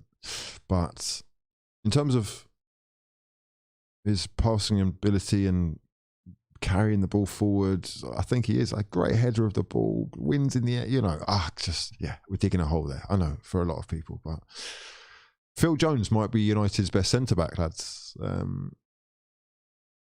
Is Victor Lindelof okay now? I think he's had a defibrillator device fitted and then removed, so hopefully he's on the mend. I think he had the old as well. But I don't want to hear it, really. I don't want to hear it. You've got Rafael Varane and Harry Maguire. £80 million man. And how much was Varane? Oh dear, what an absolute mess. A masterclass from Bruno Lage. Okay. Osama Mahmoud says, if you think it's Ronaldo's fault, you don't know ball. We don't make chances for him. I mean, the two are both not necessarily inextricable. I do think Ronaldo can be the problem, and also that United don't have a midfield to make chances. It doesn't matter if you got anyone else up top either. But that's going to be the polarizing part of the conversation, isn't it? Is it Cristiano Ronaldo negatively impacting the squad, or is it the squad making Ronaldo look bad? I'm not being funny, but Ronaldo's had plenty of chances since he scored 2 goals from open play since months ago. Months. I'm not sure this is the impact that people had in mind. And I don't think, I don't think it's fair to solely put the blame on the midfield. I really don't. It's definitely a massive part of the problem, for sure. But is it Ronaldo's fault? Is it Ralph's fault? Let me know your thoughts. We got Clark who says, what if Ralph's philosophy doesn't work with this squad? I think we covered that one already. Kane Nulty saying, City done Manchester United so dirty, got to love it. Is this by not taking Cristiano Ronaldo on? Cristiano looked like he was going to City. What can we say about looking back in hindsight now? Would that have been the correct decision? No. Would Manchester City and Pep Guardiola have tolerated Cristiano Ronaldo? We can't even guarantee who starts for City, right? There's no guaranteed starters. Edison is the only one, really. No guaranteed starters. Everyone is working for the team as hard off the ball as on it, if not harder. Is that going to work? I don't know. Maybe in the Champions League it will work. I reckon them not having a striker in the Champions League is actually part of the problem sometimes, because he's sort of forced into changing things too much, or he thinks he's got to change things too much. In the Prem, I don't think they need that, Cristiano. It would have been a massive headache. It's a guaranteed way to success for Cristiano, probably the better option for him. I mean, almost certainly the better option. But he's probably gone legacy over everything, and maybe he's been made assurances, or he's been made promises like, you do start 95% of the games, or you can decide when you start, or maybe he's going to have some influence over who comes in. He's captain now. Captain. It didn't get off to a great start though, did it? Matt T, much love for getting involved. Omar Barry says, are you a fan of AFCON? Yes, indeed. We're a fan of football, and AFCON, Africa Cup of Nations, is a sensationally entertaining tournament which I'll be keeping an eye on, and we will do we'll do a couple of videos. We might do a live stream or two if I can get good feeds. I don't know what they show on the networks that I pay for, but yeah, we'll do a couple of streams, man. Omar, thanks for getting involved. S Wade, B Gunner, and Zephyr Sanity, who says, unrelated, but Gary Neville's prediction at the start of the season looks so funny now. I have no idea what that prediction is, or was. You can send me stuff on Twitter. I'm going to go through the tweets in a second, okay? But I'm not sure what you're referring to, if I'm honest. Thoughts on Isak? I didn't even talk about him. I got the picture up and I didn't talk about him. There he is. This is my son. Oh, yes. Here we go. Arsenal Football Club being linked to Dons that I'm actually interested in. Sensational last season. Not so much this season. I think he's got 4 or 5 goals, but supremely talented. Looks fantastic with the ball at his feet. Decent finisher. Not as strong as I think he probably can be, but he's still really young, and he's got a fantastic little connection with Martin Odegaard from his time at Sociedad. When Odegaard had the season of his life, really. Second only in terms of creativity to Lionel Messi. I'm a big fan of this guy. He scored some unbelievable goals, both for Sweden and Sociedad. Can he do it in the Prem? I don't see why not. Do I think he'd need to bulk up a little bit? Yes, I reckon that could be a problem. But the fact that he'd be so young and surrounded by Martinelli, similar age, Saka, similar age, Smith Rowe, similar age, and just the whole young sort of vibe going on at the club, it really does fit the profile of signing that I think they're looking to bring in. So to me, that would be a top deal. I'm super excited about if they can pull it off. That's my honest first thoughts on the thing anyway. Faruk Mesic, much love to your mother for getting involved. Dylan XD, I see you. Ali Zaidi says, VAR obviously rigged. Clear and obvious error, so bogus, it's so they can control the narrative through grey area decisions, which is most of them. I'm going to leave that one open to the floor. Let me know your thoughts. Ali Zaidi saying, VAR obviously rigged. Clear and obvious error, so bogus. Narratives. Mitchell Costello. Salman, I see you as well. Mitchell Costello says, I was so proud of my club with that performance yesterday. No Klopp, no goalkeeper, no Bobby, no Rob, no Thiago, no Matip. Okay, Liverpool is who he was talking about. Kelleher made a few sensational saves. I don't think he really had a chance with that Kovacic effort. But that is... Where is it? That is a number of top stars out. No Matip is probably the biggest one to me, because let me just flick back to this. Konate. Matip is, okay, this is a bit wild. I know they're different roles, but Matip is a better defender than Virgil van Dijk. Is it right now, or is it just in general? He does most of the work.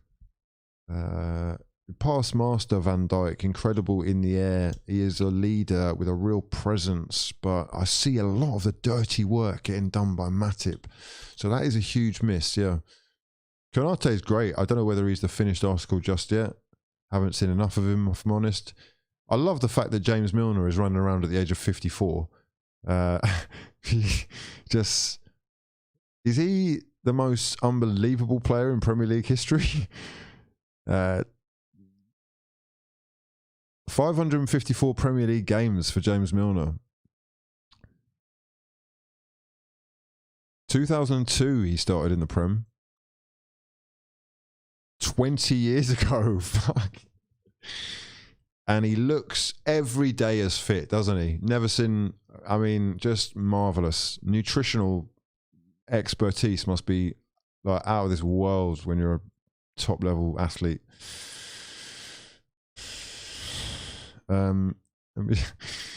Hugh, I'm a bit worried about Partey going away to AFCON. What are your feelings on that? Being he was exceptional against City. Best game in an Arsenal shirt, really, wasn't it? Mateus Nunes. Nunes. I'll have to practice that one. From Sporting, would be a great signing and would fit our profile. We've also got Tommy Castillo. Keep talking, Hugh. All that's going to come back to Arsenal. Maybe you won't win a trophy for 22,000 days. Bro, let's say you don't know my club, mate. See my club, right? Even when we're going through the muddiest of waters, we're still trophy winners, silverware pick-uppers. Yeah? Please, respect yourself. Know your place, Tommy. You're definitely a Spurs fan. I want to keep talking. It's kind of what I do. That's what I do. 14 years, mate. Even if you just sit there, right, counting. If you try, sit on your own for 14 minutes without texting anyone, looking at Twitter, just on your own, meditate for, it's a long time. 14 years. Never me. Never happened, mate. Never happened. We've been through droughts, but not that long. Not that long. Hugh, Tottenham's next 2 games are Arsenal and Chelsea. Yes, indeed. It could get saucy. It could get spicy. We're expecting Arsenal to turn up now as well. I think they've set a little precedent for the performance levels that they can achieve.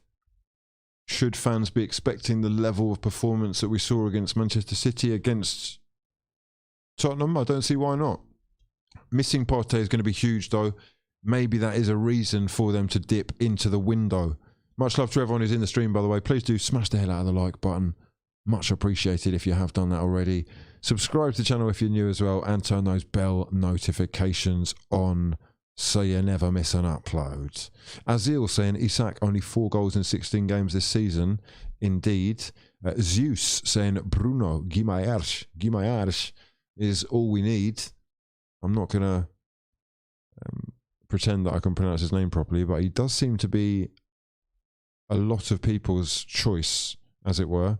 Harry Haas, member for 17 months, my actual son. I appreciate you, bro, from the bottom of my heart. Thank you for sticking around and always popping your head in. Noah Wheeler, Chris Heslington. What have we got here? Addy says, get me a new striker. I've wanted one out since Europa. Okay, let's move the conversation on. We flicked through quite a bunch of them so far. Who have we not touched on? Leeds United getting themselves a win. Did you see the emotion in Marcelo Bielsa? They are, well, they have been in much need of precious points. Precious. And currently, okay, that was a big game. Wow. 16th and 18th. They've put a little gap in between them and Watford now, who do have that game in hand, but they've lost now. Fucking hell, mate. Ranieri's having a nightmare. Next match against Newcastle. The big games. The Premier League never stops offering the big games. The biggest game of the season just around the corner. And after that, the biggest game of the season. Leeds against Burnley, big enough. I mean, down there at the bottom, we've got one of the most entertaining sort of battles going on, really, as each and every one of, I'm going to say,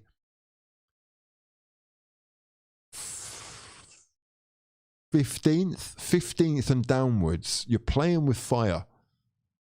Southampton just about treading water right now. Everton, you're still in the mud. I'm sorry to say that. Leeds, you're not safe just yet. But Watford, Burnley, Newcastle and Norwich is looking like a desperate situation. Absolutely desperate situation. But Newcastle against Watford, huge game. What a game. Can make 1 win all season for Burnley and Newcastle. Oh, it's dire straits. Could Newcastle actually get relegated before they get to... Would that be the best thing for Newcastle? Shed some of the... No, it wouldn't. No, that's a terrible idea. The Prem is the safest place to be. No, don't do that. What an awful start to that journey that would be if the first thing that happened when the new money came in was they got relegated. Anyway, oh my word, wow. Adrian, you absolute legend. What a hero. Adrian, my actual son, I see you, I appreciate you. He says, De Gea needs to be captain. How are they giving it to Ronaldo? It's such a... I don't know. You can't... Now they've given it to Ronaldo, you can't take it away, can you? De Gea needs to be captain. He's been at the club for 10 years and the only player on the pitch that the other players seem to respect. Don't get me wrong, I'm a huge fan of Ronaldo, but don't think he'll be around much longer if we're a Europa League club. Oh my God. Manchester United currently lying in 7th place. Adrian, much love for getting involved. You're an absolute hero. 7th place in the Premier League. I got to scroll down to find you, lads. Yeah? There we go.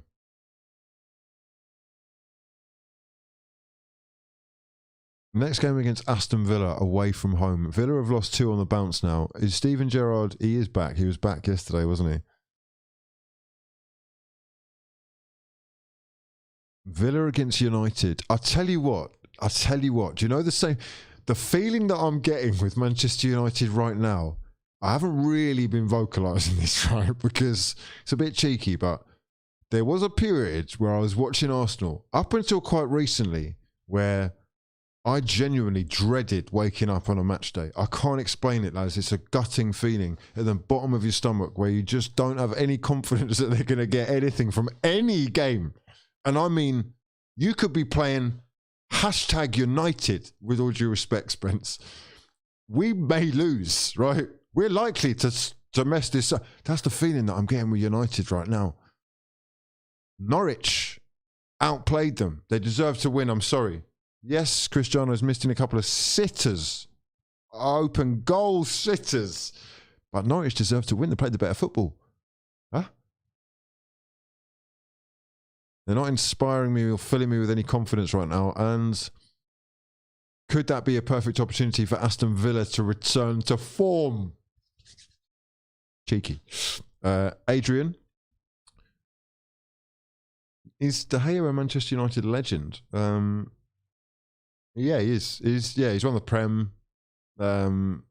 He's won European trophy. He's, in hindsight, yes, especially when you consider that he has overseen the most fraudulent period in recent history. He's just turned up at the wrong time, unfortunately. It is astonishing. That is outrageous. I know they've got 2 games in hand, right? So let's give them the 6 points. Let's just say you get the 6 points. Let's just say you get them. 37 is the maximum that you could see, which would mean 16 points behind Manchester United at best, with winning both of those games. And that is the level. That is what they're up against. This is not going to happen overnight, mate. And there's a little bit of me which says that's what Arsenal are doing with Arteta. Project. Stick with it. Ride it out. It's going to have bumpy patches, but man, there's going to be a couple of people who are sitting at home laughing tonight. Jose, Louis, Ollie. I'm sorry you got to laugh. I'm pretty sure, I'm sorry to say this, right? And I know people are going to say, but yeah, but they just broke Arsenal's record. Where have I gone? We're going into the distance. Oh, the Matrix is real. They've just broke Arsenal's record, haven't they? Unbeaten away for years. Have they actually gone underground and really changed the routes, or have we essentially got the same sort of interior going on with a different face at the front of desk, front of house? Is that what's going on? It's a different animal. I heard the pundits after the game talking about when you watch City, right, you can see the way that they play. And mate, what are you on about? We're talking about United, who just lost the manager a month ago. Right? They're not going to suddenly be playing football that's incredibly pleasing on the eye. No, I don't think that's what fans are even expecting. What they're not expecting is players who cost £50 million to not be able to cross the ball. It doesn't matter what kind of manager you bring in. You're not a baller, bro. You're not a baller. I don't know what's happened there. How's that happened? You're not a baller. I can't really rely on you. I can't rely on you. I've seen, what's his name? Nelson Semedo. I've seen him be massively fraudulent. But in terms of what Wan-Bissaka is offering at times, there's levels. Here we go. Matt T says, don't tell me I don't know ball when I watch CR7 miss 3 overhead kicks a game and throw his arms around when Sancho misplaces a pass. We talked about this the other day. I think it was a moment that really kind of, it rubbed me up the wrong way, actually. You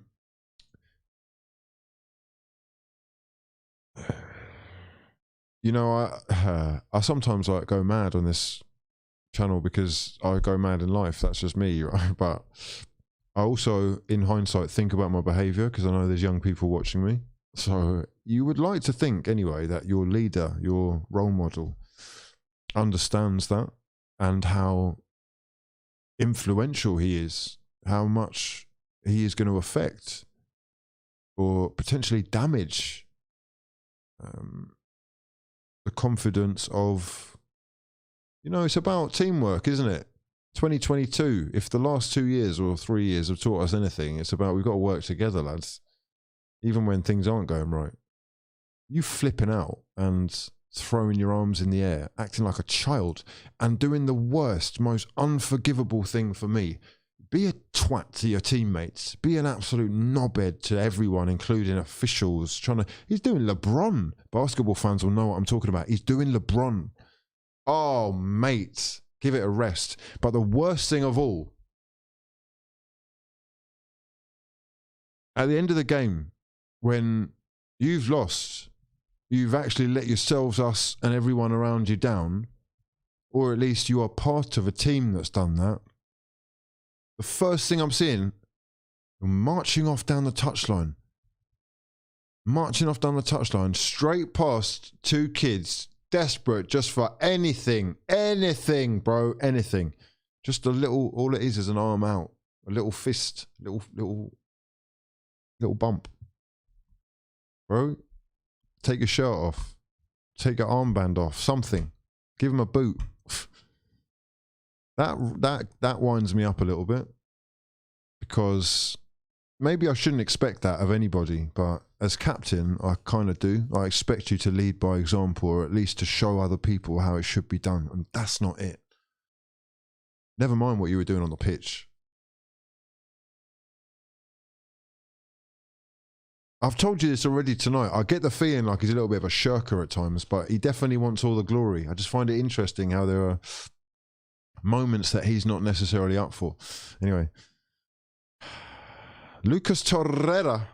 Lucas, indeed. We'll talk about him briefly, if only because it looks like his loan deal to Fiorentina has been successful enough for them to pull the trigger.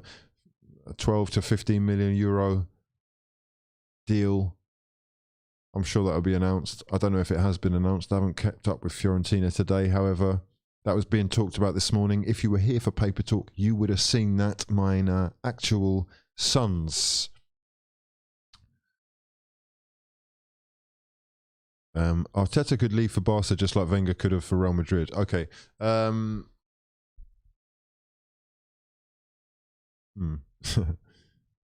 We need to stop getting ahead of ourselves here. Look, I've just gassed him up, but just relax, okay? He's got a massive project at Arsenal, something that he's got a long way to go in. But if we're foolish enough or cutthroat enough to just wash our hands or someone else does come in, yeah, I do think he could leave. He's got no real, maybe there is. He's an FA Cup winning Arsenal captain, so there's something to be said for that. But yeah, if Manchester City came calling, I think we might have a problem on our hands. Maybe I'm being harsh, but that's like a magical job, isn't it? It's like the keys to the kingdom. You can have anyone. Build your dream castle. Thomas Lemar. Oh, we're talking about Monaco. Thomas Lemar, Fabinho, Bakayoko, Mendy. Look at this squad. Look at this team. Oh, mate. It's one of the greatest teams ever assembled. They got handled very easily by... Okay, all right. Yeah. One league on. With PSG in the conversation, forcing them into spending hundreds of millions of pounds on Kylian. Unbelievable year. We need a striker. Oba still doing swag. What's swag? What does that mean? Sell Oba and bring back Tyrese John Jules. Okay. Pep must have struggled managing an extra man. We've got Isak's XG Dons in the building. Costas, how you doing? He says Isak's XG with Lacaz's work would be perfect. We're going to go to the phone lines any second. Get yourselves in the Discord. We're going in. Varane plays golf. Jones is not a fridge. Which I'm just going through some of these comments. Unbelievable. I'm going to go over to Twitter and then over to the Discord. We have done that one. Bit worried about him going to AFCON. Odegaard will be pushing this move. I think that's Isak that he's talking about.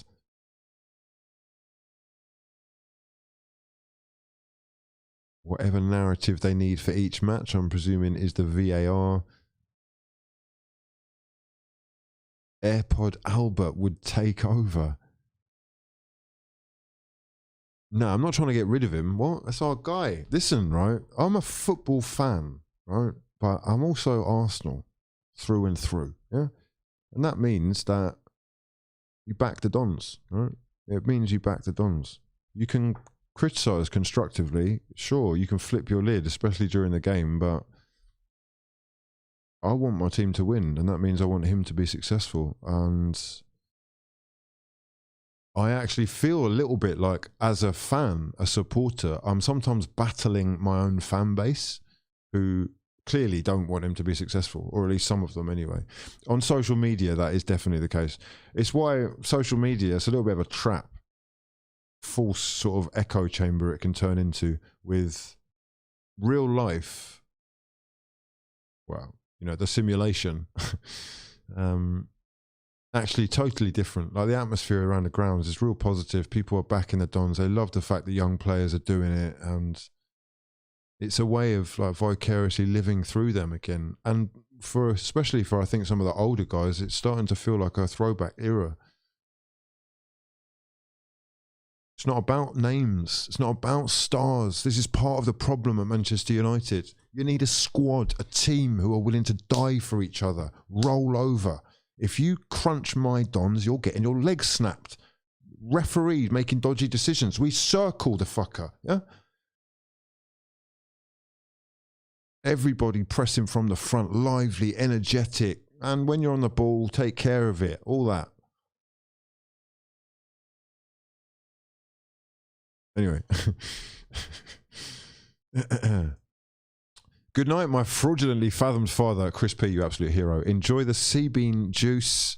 I'm just going to have to go and make another one. Much love and see you soon, sir. Thanks for stopping by, Chris. Good to see you.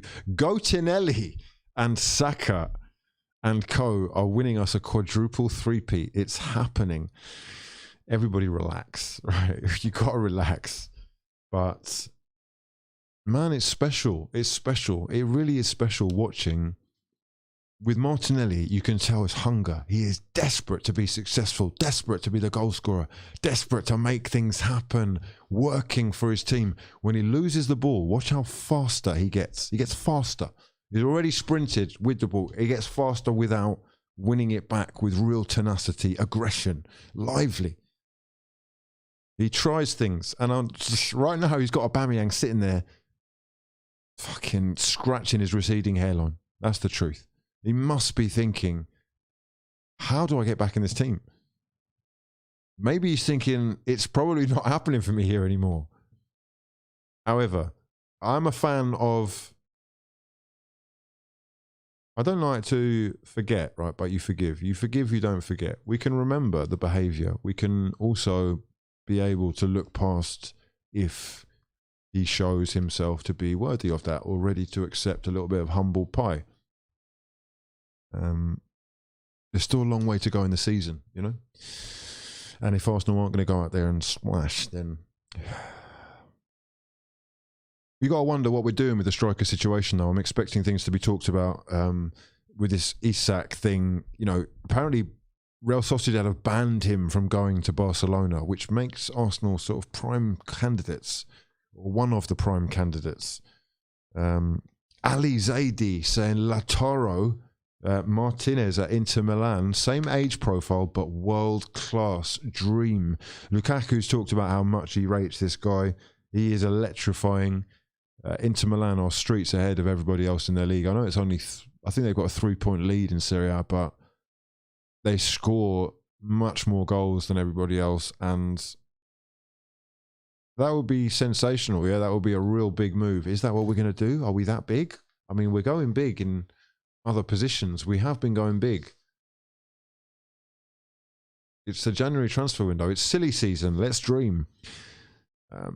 Can Lacazette carry the number 9 role until the summer? Says 11. My beard is getting so long, it's growing in my mouth. This has got to stop. We're going to the barbers tomorrow. It's barber time tomorrow.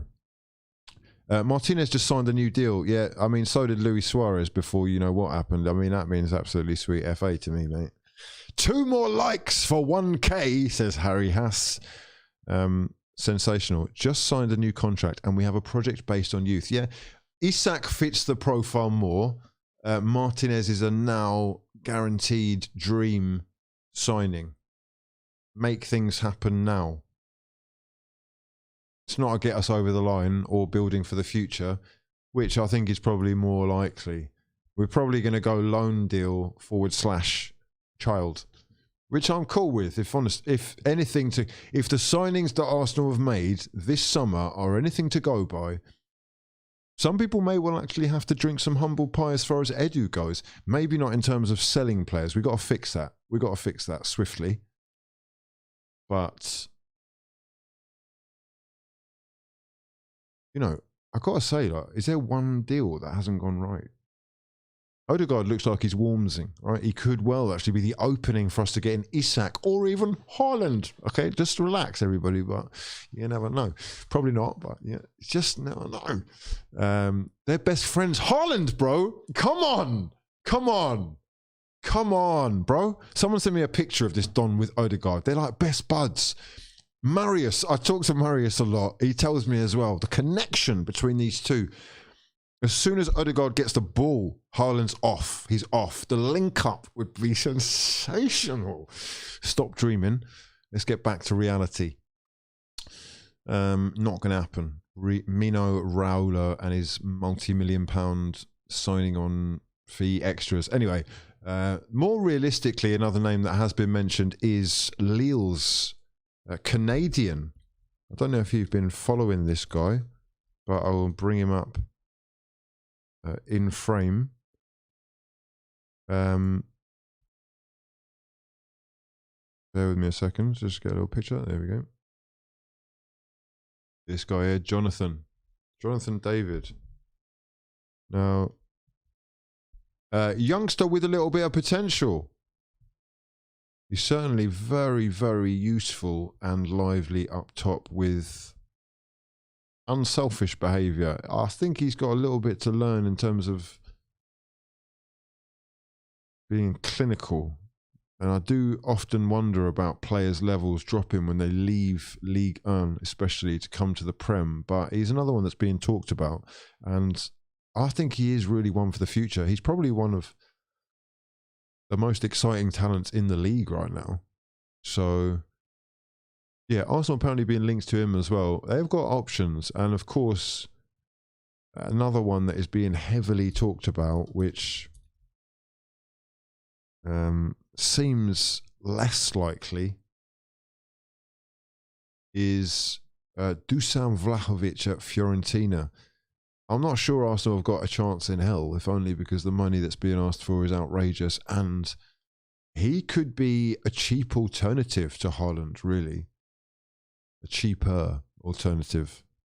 Jonathan David is currently Ligue 1 top goal scorer. There you go. He's an Arsenal fan as well. Oh, God, they're all Arsenal fans, mate. Don't do this, because then the heartstrings come in and you're like, bring them on board, you know? Check Odegaard's Insta. Okay. What is he tweeting about Haaland? What's he? Okay, I'm going over to Odegaard's Insta. Ready for another big week. What am I? Oh, you're looking for a picture with Haaland. Has he got? What's he been teasing us? No, I'm not. Oh, has he got a picture with Isak? Oh, we all have pictures with all these Dons, won't he? Because he's playing with all of them there with the Dons. Oh, is this Arsenal's future? Huh? Okay, I'm getting a little bit excited. We've signed a few players recently that have been kind of up for us signing, and this would be another one which would be sensational. I'm not going to get too excited though, mate. Where's Haaland? Get Haaland in your pictures, bro. Come on, man. Odegaard, if you're watching, mate, right? You're probably not, but if you are watching, if you want serious amount of likes, just post a picture with Haaland. Yeah, it's that simple. Let us dream. Check the comments. Ready for another big week. Oh, what, is Haaland in the comments?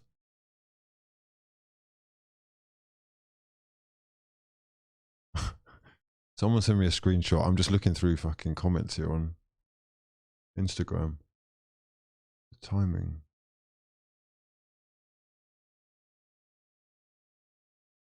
Look at the chat. Comments on recent.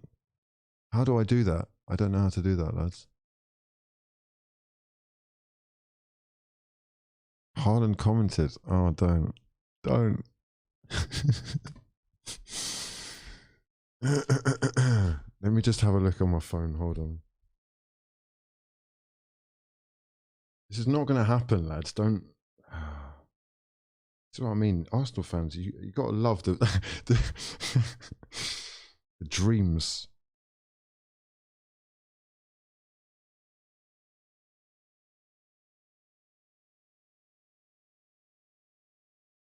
I'm not seeing anything right now.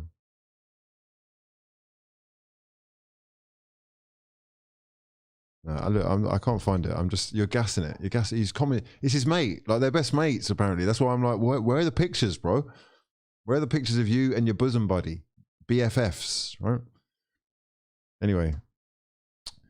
I know, it's mad, isn't it? Look at the state of us. Look at the state of us. Oh, mate, you get fourth for a week and you start talking about Haaland. Relax. Everybody relax. Let's just enjoy United being in the mud. Is your team in the top four? It doesn't matter if they are or not. I'm opening up the Discord conversation. If you are... Oh, my God, the Discord is actually going mad. My actual sons. Okay. Right. It is time. I think I'm in. Am I in? I'm in. I'm live and exclusive. Discord gang, get yourselves ready, in position. Get your notepad out if you need it, so you don't forget anything and mug yourselves off, because the chat will go in on that ass. First up. Okay. How does this work? There we go. Pop you in there. And let's say hello to Duffy. My son. My actual son. My son. How are you, mate? I'm good, mate. Tell me, what's cracking? Which team do you support? Let's kick things off with that. Oh, only one team, mate. I support the Arse through and through. Good man. Good man. Talk to me. Oh, you know what? It's been a while, mate, since I've actually looked forward to Arsenal playing. Yes. I've had that feeling where, the City games are totally another conversation, but right now I'm thinking, when Arsenal next playing? I cannot wait to see what the next game brings. I don't remember the last time I had that feeling. You know, I remember back last year when in the Christmas when we had Southampton and Burnley, and that was the lowest point for a long time, and I was dreading the next game. And how far we've come, I think, has really impressed me under Mikel, and I'm backing him. Okay, definitely. That's beautiful to hear. You're backing the boys. Have you had a moment with Arteta, or have you sort of come around to this, or have you just been on board from day dot? In fairness, I wasn't a big fan when he was getting linked. I was kind of thinking, has he really got it? I don't think so. You know, there were a few other names going around. I didn't want Arteta in originally, but he's totally proven me wrong. I like his attitude. I think the interviews he gives, he uses very intelligent kind of sentences, the way he comes across, the way he handles stuff as well. The Aubameyang situation, I think he's done really well with.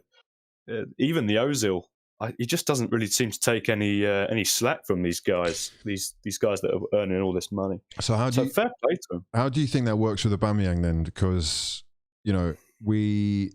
highest paid player at the club yet again looks like he's being ostracised. Maybe that is in part at least his fault. But I'm appreciative of the ruthlessness of the manager, or maybe we should sort of allow this guy a pathway back in. This isn't the first time Aubameyang has proven to be somewhat trouble. Don't get me wrong. He has absolutely carried the club on his back for 2 seasons. And we are all, of course, fully grateful for that. But it just last year and a bit just hasn't worked. And it's almost like he's lost what he had. He's lost half a yard of pace. I don't know whether it was the whole COVID stuff when he took time out. The contract for me was, I mean, everyone wanted him to stay, including myself. But it just seems after that contract, I mean, these contracts do stuff to players, obviously, but it just hasn't been the same.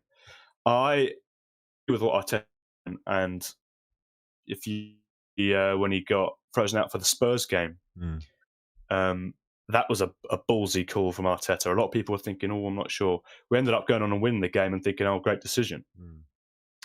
I see the same at the moment. I mean, I've got a great stat here for you. Okay, hit me. This was before the City game.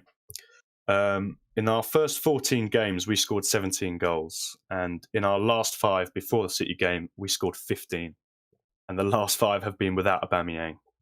So to me, his slot that he would normally fill just gets opened up to players that have something to give. Does that include the 5 against Sunderland? I think it's in the Prem.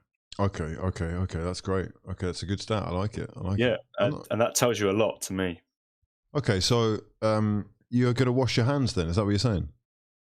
I think if we can get him off in January, preferably not staying in the Prem. I mean, it would be nice if he went off to Juventus, because I think they could do with a striker, or off to La Liga somewhere, because I don't really want to come up against him and then, as usual, see an ex-Arsenal player absolutely do us and score a hat-trick against us at the Emirates and go and run to our end. I mean, you can just see it happening. But, I mean, Newcastle better than nothing. And if we can get a little bit of money for it, I mean, if Newcastle came today and put an offer in for 15, 20, I'd shake their hand. No, but why would he agree to that? Because I think the togetherness of the current squad, it's like they've moved on from him. The way the players celebrate, they're all very much together when they score. When they score, I pay quite a bit of attention to the players when they score a goal in a game. They look very together, unlike when they might have been when Aubameyang's been in the team. It seems fresher. Yeah. And why he'd go, I mean, it's a negative situation. It can't be nice for him, because he's been very much used to a lot of love from the fans, and deservedly so. But it can't be nice for him receiving this hate, and he'll know. He'll hear it, and he's not playing as well. You'd think he'd want to play football. I mean, you'd think he had enough in him to maybe go another 6-12 months to give something, especially to Newcastle, who are desperate for goals in the situation that they're in. I'll be honest, man, that just sounds like crazy talk. I can't see a guy of, admittedly, form-wise, he's not been great, but the player, the name, the brand, none of that is fitting with Newcastle. The only thing that would be in line is that he likes money, which, I guess who doesn't? Bottom line is, anywhere, basically. You just want rid. Yeah. No, I hear you, because just want him out and clear the cobwebs, clear the space. As you were talking about earlier with this new striker that we're apparently targeting, I'd love just, as you say, an Isak or a Vlahovic, but not as much, because he obviously doesn't want to take our calls. And if he doesn't want to be at the club, then forget him. That's just my opinion. But just to get out the negative kind of energy around him. And it's almost a bit like a Wenger scenario, where he's had the glory 2-3 years that he had. He was excellent. He was our main man. On the Sky Sports previews, he was on the front page of the Arsenal fixture. Whereas now it's just faded away, and it's just it is time to go. A famous man once said for him. I think his tenure at Arsenal has come to an end, and if he has some dignity, not to fall into the Ozil bracket where he's sitting and getting money and getting paid and leaking the club, I think he and the fan base would appreciate if he just shook hands and moved on. Yeah, I hear you, man. It's a sad situation, if only because he was one of those players that I really wanted to come to the club. He had such an incredible start. He's brought us silverware. However, all good things come to an end. Maybe this is just a little bit sooner than we thought. Going forward, we've got a couple of choices, names that are being talked about. Have you got any preferences, or would you be adverse to the club going forward maybe throwing one of the youth guys, maybe Eddie, getting a little bit more game time and or a loan? Where do you stand on that? Balogun needs a loan, Okay. definitely. Right. He's not going to get the game time in the first 11 in the Prem. He might do in the Cups, but for a player, what he can do, he needs constant game time. Championship, maybe. I'll be honest, man. Did you think at the beginning, like, there was so much talk, and I've seen what he can do in the under-23s or Premier League 2, whatever. He's too good for that. He's way too good. But then he's not good enough for the Prem yet, right? And that's the gap that the Championship could potentially offer. Yeah, better than 23s, but not quite at that level yet. Regarding Eddie, I think that one is. I don't know. I don't know about Eddie. It's like he's had the chance. He's had the chances. That Everton game. I mean, how does he miss that header? But to me, it's kind of the chapter of Eddie. We've tried it and it hasn't worked time and time again. To be honest, and it wouldn't break my heart to see him go. Okay, that's fair enough. It's realism. To me, he's not one of the core youth players that that fanfare, the Smith Rowe, Martinelli, Saka. He's not in that kind of bracket. Do you know what I mean? I think he's. Is he a Chelsea don originally? I don't know. But look, I've got a little bit of a confession to make. Early season, pre-season, in fact, I had him down as best striker at the club from what I'd seen. Yeah, that's slightly fraudulent. Yeah, and that's a massively fraudulent statement to make, really, or a position to be in. So Lacazette's holding the fort down well. He does sort of play a false number 6 in my eyes, but I'm a big fan of Lacazette. I think he's by far, at the moment, our best option up there. Do you know what as well, He's man? almost like a mini Lukaku. Isn't it funny how different they seem to be in sort of body language and the way that they approach the youngsters? Because I really get the feeling that Aubameyang sometimes he's got a little bit of the Cristiano Ronaldo about him, in terms of his reaction when things aren't going well. He doesn't set the example that needs to be set to me. All these flash cars, all this stuff going on outside. That can't be a good example to set for these young kids. But look, man, any superstar's going to have. They're all going to have these type of things. Of course. But Aubameyang, he's very flash. Just everything about him. And I just can't see that being a good example for younger players. Whereas Lacazette, as you say, and I'm by no means a fan of Xhaka, but from what I'm hearing, he's very influential in the dressing room, a bit like how David Luiz was in helping the younger kids come through. Which is great. I've got to ask. Position where you think Arsenal are going to finish this season? I think we can finish 4th, and I think we will. I'm confident. I don't think Man U have got it. I think Man U is a car crash at the moment, and Spurs. It's going to be between us and Spurs, and I think the result that comes ahead of our next game will be definitely very influential. Not to the case where whoever wins will finish 4th. I don't think that's the case. I think there's still a really long run to go. And I've seen our fixtures at the end. They're not too bad. I think we play West Ham quite late. But other than that, I don't think it... we play Chelsea, I think, as well, towards the end. But I back us, and I back Arteta. I mean, if we can somehow get some consistency with the City performance... I mean, I wouldn't even count out 3rd, to be honest. But that's if we really, stick with our performance, because I don't think Chelsea are that nailed on for 3rd. They look shaky, specifically after the Liverpool game. But I'm confident with 4th. Okay. Look, much love to your mother for getting involved, bro. Absolute pleasure talking to you.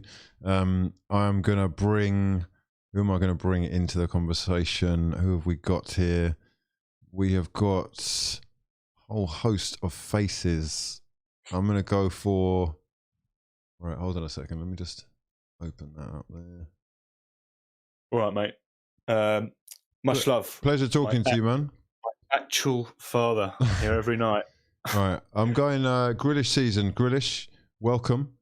You are. Oh, Hello, mate. How you doing? I'm all right. How are you? Very well, thank you, mate. Let us know exactly where you're watching from, who you support. I'm watching from Richmond, Virginia. I support Man City, obviously. It's tough out here for Grealish, the player I'm repping, but it's all right. Otherwise, this is massively fraudulent. he'll come good. We have arguments in the group chat about how Grealish, it'll kind of be like a Mara situation. Just give him a little bit of time, and he'll come good. He'll come good. I saw a tweet yesterday saying Atwell's done more for Manchester City than Jack Grealish. Stuart Atwell. No, I mean the game yesterday. I mean, listen, Arsenal, or not yesterday, 2 days ago. Sorry, Arsenal.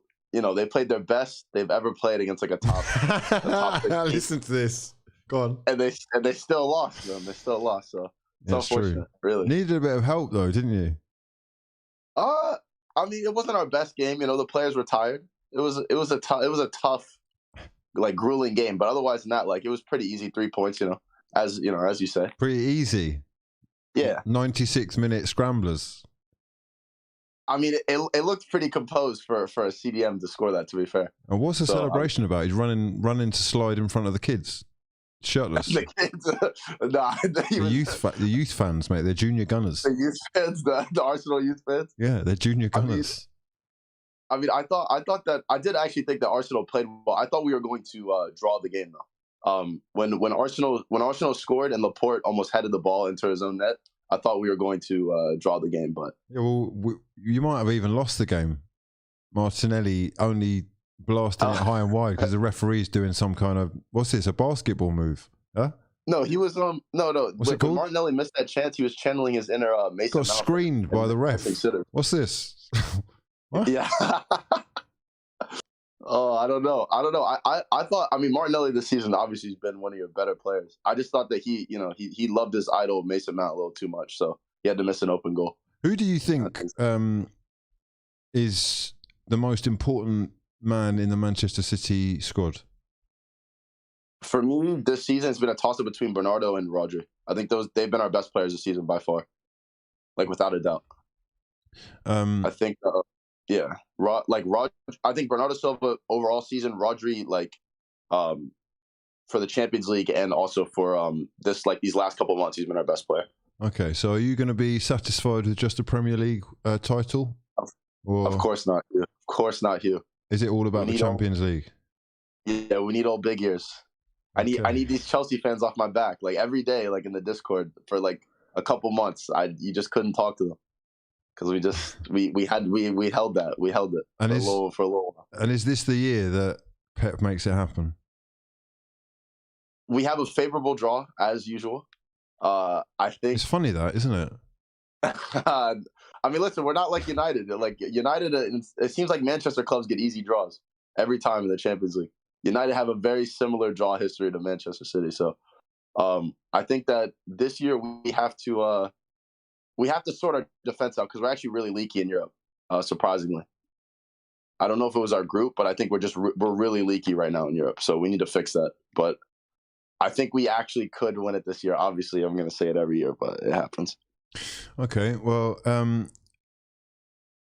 going forward then, I've got... I mean, look, the thing is with Manchester City, mate, you basically won the league already, so I'm really struggling to pinpoint anything to criticise about you or to really plug holes. But Champions League football, Pep, is he capable of actually doing this even? Because he seems to outdo himself each and every year. I think the promising signs for last season was until the final. We're going to ignore the final, but he was very same-ish in tactics and lineups the entire time. Like even when we went behind against Dortmund in the legs, he didn't change anything really. Didn't really use subs, and also for the fact like against PSG both times, like we absolutely outclassed him over like both legs because we just kept the same lineup, and I think the team conviction was also a lot better than before. Like our mentality was a lot better previously. So I think if you sound like you're serious about your sports, man. What you're in Virginia? Are you at university, college? Yeah. Yeah. I go to college in New Jersey. What are you studying? Are you playing sports out there? Or? Obviously I play a bit of football. I also play a bit of rugby too. But I'm studying right now business and political science. Not that it really matters, but like, yeah, like I'm okay. Like so, as much like they try to get me in the chat because I'm American and stuff like that. But it happens. No, everybody has got a reason why they support their club. What is the reason that you support? Oh, you've asked me this before, but I'll say. I've got to have it. Go on. You gotta ask. No, I mean I supported.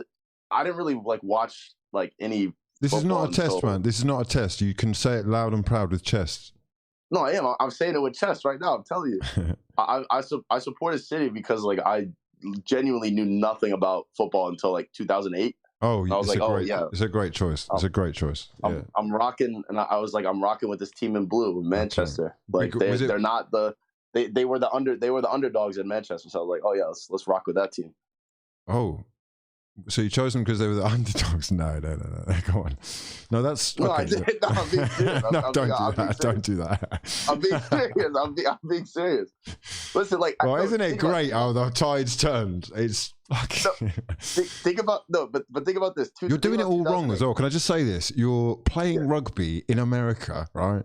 And watching football in the land of soccer. It's you're doing it all backwards, right? No, just get over it. You may as well just come over here. The real experience is over here. I want to take a semester abroad actually in England. I've always wanted to go to England since like watching like I used to watch like you obviously like KSI all them like I always wanted to go to England.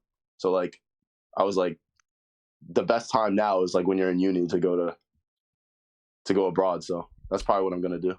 Okay, right. Listen. Much love to your mother for getting involved. You're an absolute hero. Come back soon. Hopefully, when City slip up and you've got something to vent about. Oh, listen. Hey, if we lose to Chelsea or Liverpool during the winter months, I'll definitely be back. I mean, look, you're repping Grealish. Yeah, £100 million man, too busy doing balloons and allegedly raving with Phil. Oh yeah, him and Foden got dropped for a game because they apparently our players don't respect quarantine. We got a lot of those players that don't like it. So. Oh, I see. Oh. Yeah, okay. We are the Walker. It seems to be all the English players though. So I don't really know. Oh, look at you pointing the finger. Listen, much love for getting involved, bro. You're an absolute hero. Grealish season. We have got who we got up next. We've got ASAP. ASAP, you're now live and exclusive on Late Night Fraudulencia. How you doing, my son? I hear you. I hear you well. I hear you too, my son. Where are you calling from, man? North London, actually. Oh, no way. A Londoner in the building. Okay. Indeed. Fantastic. Indeed. Talk to me then, man. What's on your mind? I'll be real. I think top four is a very, very real possibility, considering the sourcing football that we've been playing recently. Like I think our last 5 games we scored 20 goals and only conceded 4, which I think's pretty good. And the football itself, we've been attacking well with the press. Odegaard has been leading the team, great example. And Granit Xhaka has been. I know he made a mistake against Man City, but I think he's actually been near instrumental to the recent form.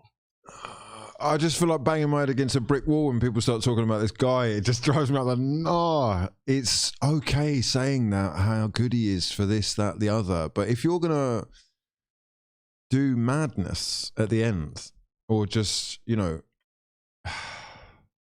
unfortunately, I think his reputation precedes him now. I think people have got his number, or at least they've made their mind up about him. You either love him, hate him. He's like Marmite, right? But I also think you can see that reputation precedes him with the referee. Like, I know of course, that's part of it. Yeah, potential. Like, it looks a bit like simulation at first, and then Granit pulls his shirt down. But also, the fact that he booked him, that's just pure reputation, 100%. Because that's not even a yellow card foul, considering what the ref was giving, what was allowing City to do. I mean, yeah. is that the only occasion that we can think of where he's been at fault? Or is that not? This season? Go on, yeah.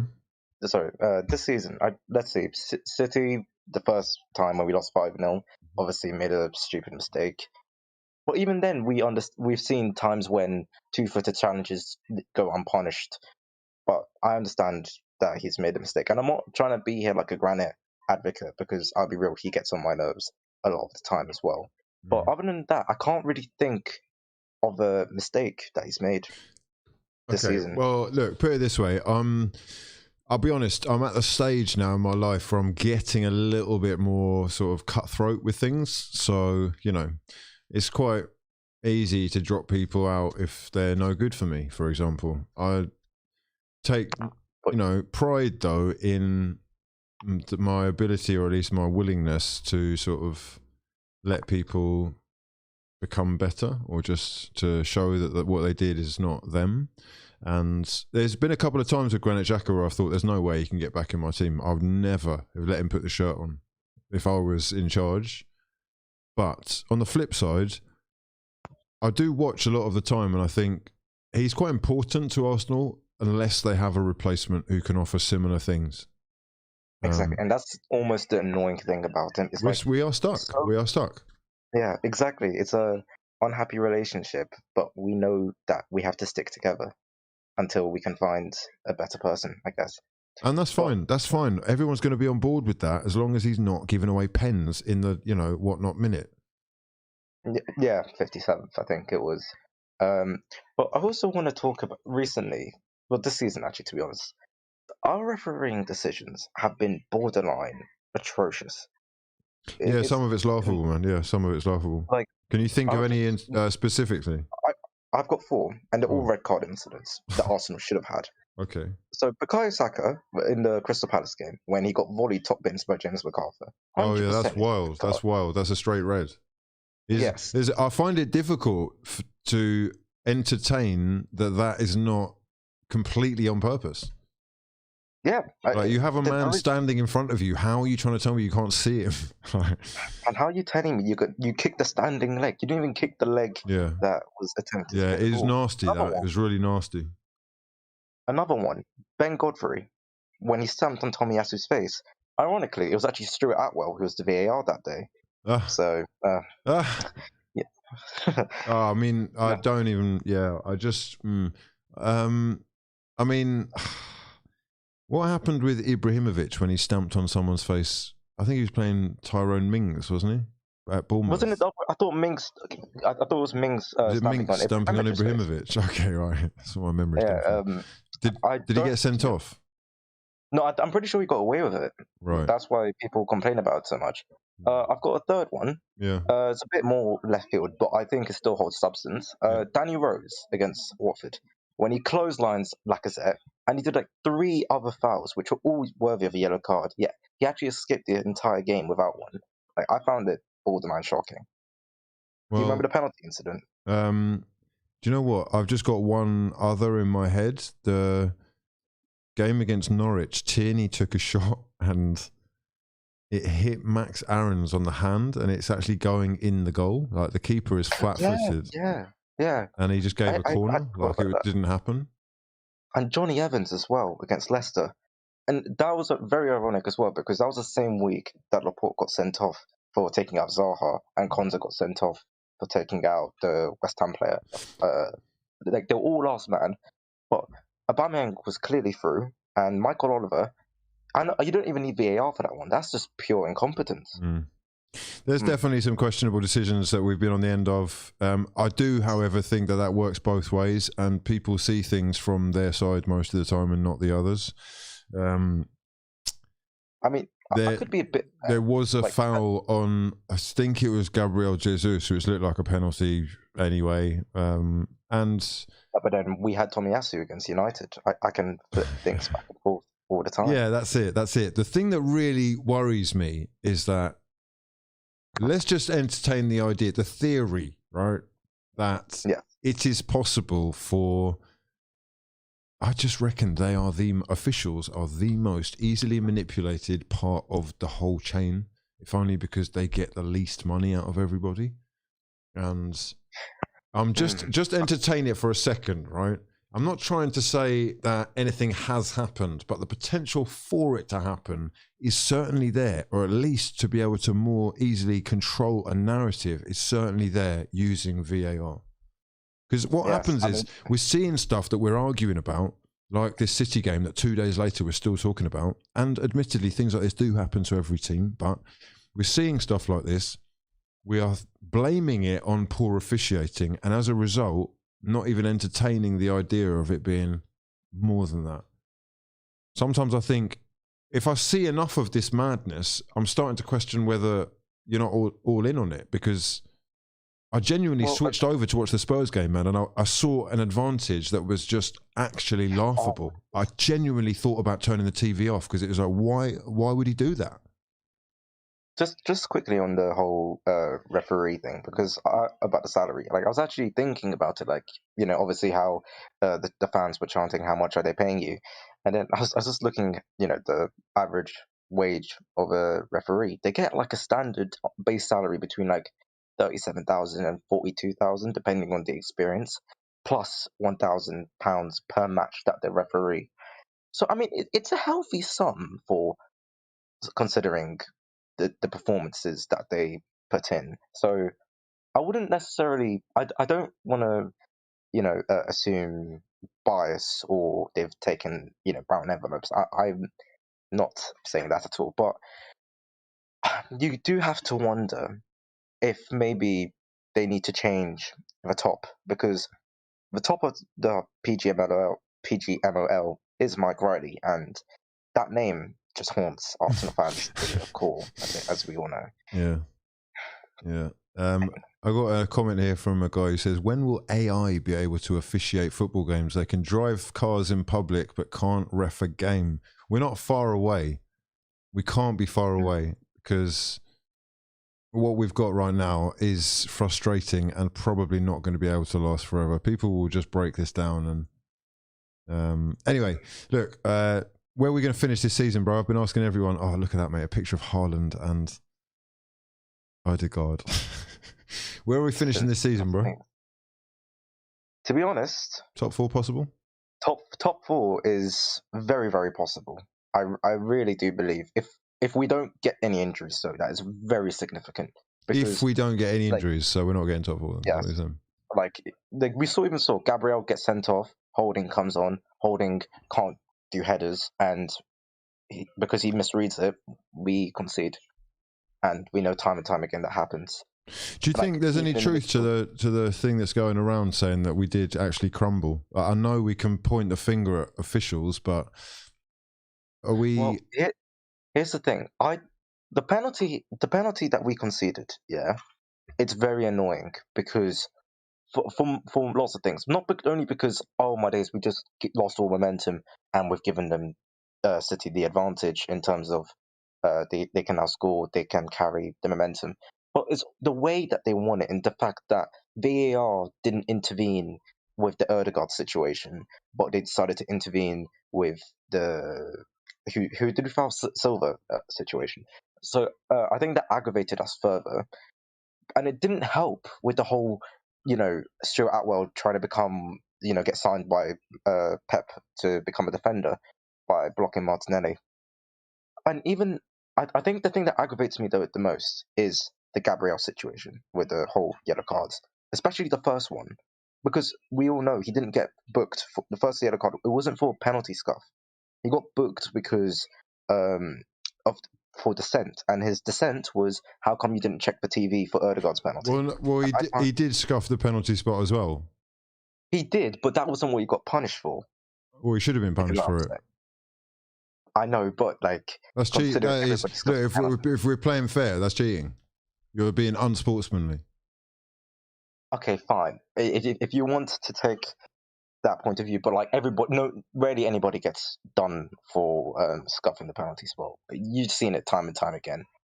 Like there was a time I was about to say there's a time back in a place where the referee saw an opposition scuff an Arsenal penalty and didn't do anything about it, but that is so unspecific.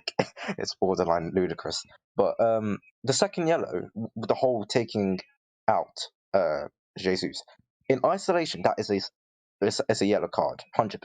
But I struggle to deal with it with the fact that Rodri done two similar fouls in terms of stopping an attack. In the first half with Saka, when Saka dribbled past him and Ake took him down, he was really hurt from it, didn't get booked. And then when he took down Lacazette, and then after we complained, Saka ends up getting done for dissent. That's my issue with the consistency. But yeah, I mean, that was outrageous. The fact he booked Saka, I couldn't believe it. I genuinely couldn't believe it. Saka for dissent. It's outrageous. Yeah. I don't even think he's ever swore in his life.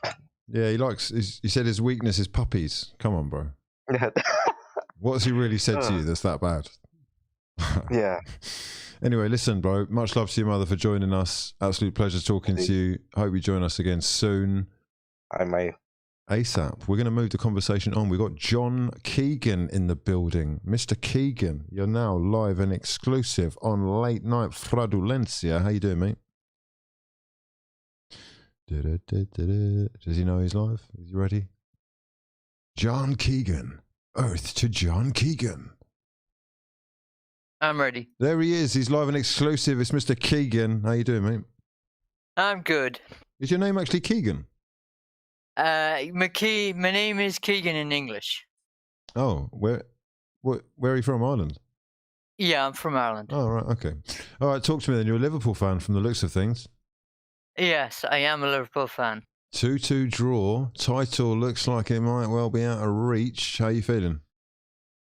Actually, 2-2 draw with Chelsea, I think, was a fair result.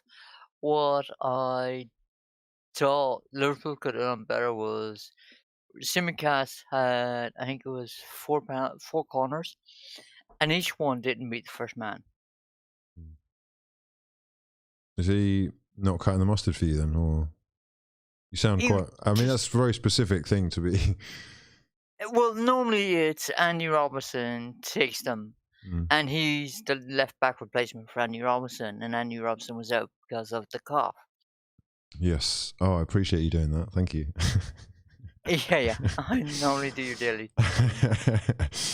But so like and normally when Robinson is taking the corners, Trent will come over and take one or two.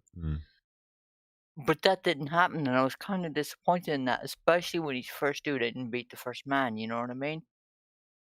Because from corners, Liverpool have a good scoring record. Especially with Van Dijk. They do. They are super keen on swinging the ball into the danger zone. Trent, I know, obviously, the main man really is developed into in the Premier League in terms of creativity, and that is the formula. Should they be able to offer more, or is the injury crisis really? I mean, it's someone reeled off a whole bunch of names: Thiago, Matip, Robertson. I can't remember who else. Who else is out? Firmino out? No, he was. Who else is out? Yeah, no, the is that an excuse, basically? There's 3 out for COVID, and there's a couple of injuries, but it's only niggles. They're not long term. It's not that bad. I mean, having like Robinson out for this game was really bad because he hooks up with Mane really well. Speaking of Mane, I think it's a red. Oh, really? Yeah. Okay, coming from a Liverpool fan, that's interesting. Straight red 6 seconds into the game. The problem is he has a bad habit of doing it. Yeah. And normally when you have a bad habit of doing it, when you do it again, you get punished. And that's why I think it should have been a red. Well, he stayed on a pitch. He scored a very important goal. Yeah, it was really important. What I couldn't believe is how we capitulated in 4 minutes. Kanate, he was good at times, but I mean, he wasn't really good at times either. I mean, Chelsea had 3 golden chances to score and third goal. Is it a big loss having Lukaku out? £100 million striker. There's a little bit of a problem there, isn't there? Is that Is that like another reason why Liverpool should be able to take advantage or more advantage? Yeah, I mean, I would definitely say so, because I think if one of those 3 chances fell to Lukaku, I think he would have scored one. How much longer do you reckon it's got to last with this sort of structure anyway? Can they keep hold of Salah even? If they don't pay the contract, they're going to lose him next year. Because they have to. If they don't pay the contract, they got to sell him next year.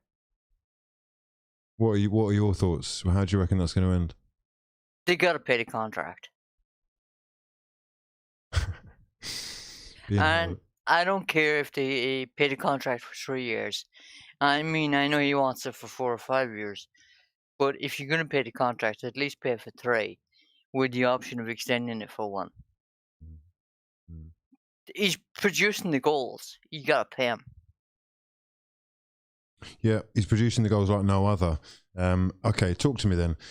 It looks like title is out of the question, but maybe you got the hope in your heart. Where are you thinking Liverpool are finishing this season? I think it's top 3. It just depends how big Chelsea fuck up. Okay, so reliant on Chelsea slipping up now, really? No, not really, because it's top 3. Okay. I think we'll finish in the 2nd spot. The problem this season, we need more players, but Klopp likes a type squad. So we don't normally, if we do have injuries, we normally don't have quality backups. Yes, we have like 6, 7 players, and we have 2 or 3 versatile players that can fill in other positions. But their contracts are coming to an end soon as well. So it's time to either pay them or let them go. So then we'll need maybe 6 players coming in. This is part of my thing with sort of what I'm looking at here, like projected futures, because, you know, this team is incredibly successful. They've been at the top, and the only real competition for City in this country for a minute now. They've won the Premier League after God knows how long. 30 years. 30 years. They've had Champions League success as well. You know, what do they have to do to sort of etch their names into history? I know they've already done that, but in terms of it being one of the greatest sides of all time, does he need another Premier League title before he goes? And is he actually going to stay for another rebuild, or is that Klopp done? I'm not 100% sure if he's going to stay. What does he need? He probably needs a couple of FA Cups, either another league or another Champions League. Because he hasn't won the FA Cup at all. He hasn't won the League Cup at all, but that's because City have been fucking putting their 2nd team in it. Yeah. Okay. Well, interesting, if only because the expectations and goalposts seem to be moving slightly for Liverpool right now. And for a long time, I've been looking at them as the only real other alternative to entertain us in terms of making the league competitive. That much look like it's over for right now, but hopefully they actually do make some cutthroat decisions with regards to the contracts or bringing other faces in, because I think, like you say, it is time for some freshening up. It is, yeah. I think it definitely is. I'd like to see Adam Torreira come in. He could probably replace Sadio Mane, who doesn't have the yellow or red cards in him.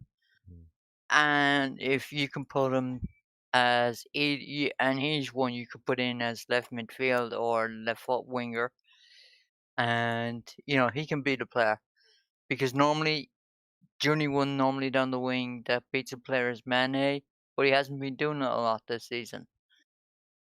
Tsimikas has that ability as well. Robson rarely does it, so that would be an exciting option I'd like to see come in. Listen, mate, much love to your mother for calling us. Absolute pleasure talking to you. Hope you join us again soon.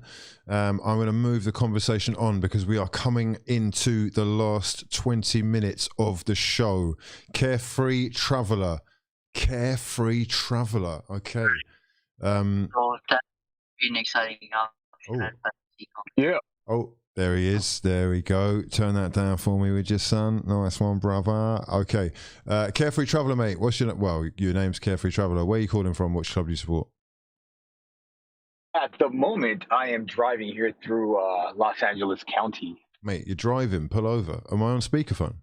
Oh, of course you are, mate. Of course I've got you. I'm professional, man. I'm professional. I'm not here making money. Listen, man, let me tell you something. Money at the same time that I'm calling. I never trust anyone that tells me they're a professional.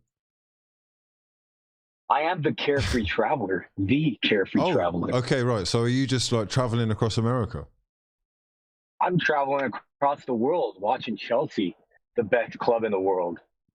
Really? Carefree wherever we may be. Oh, I'm putting two and two together now. The Carefree Traveller. Are you?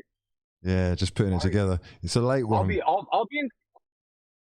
I'll be in Guatemala next week watching Chelsea matches on a lake with a volcano in front of me. Oh, mate, that sounds epic.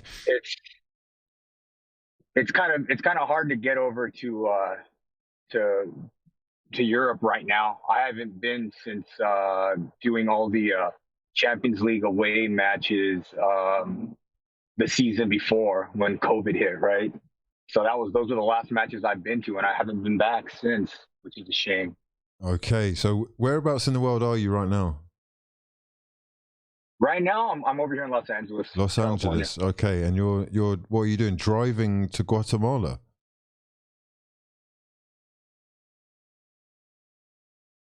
No, he's a massive fraud.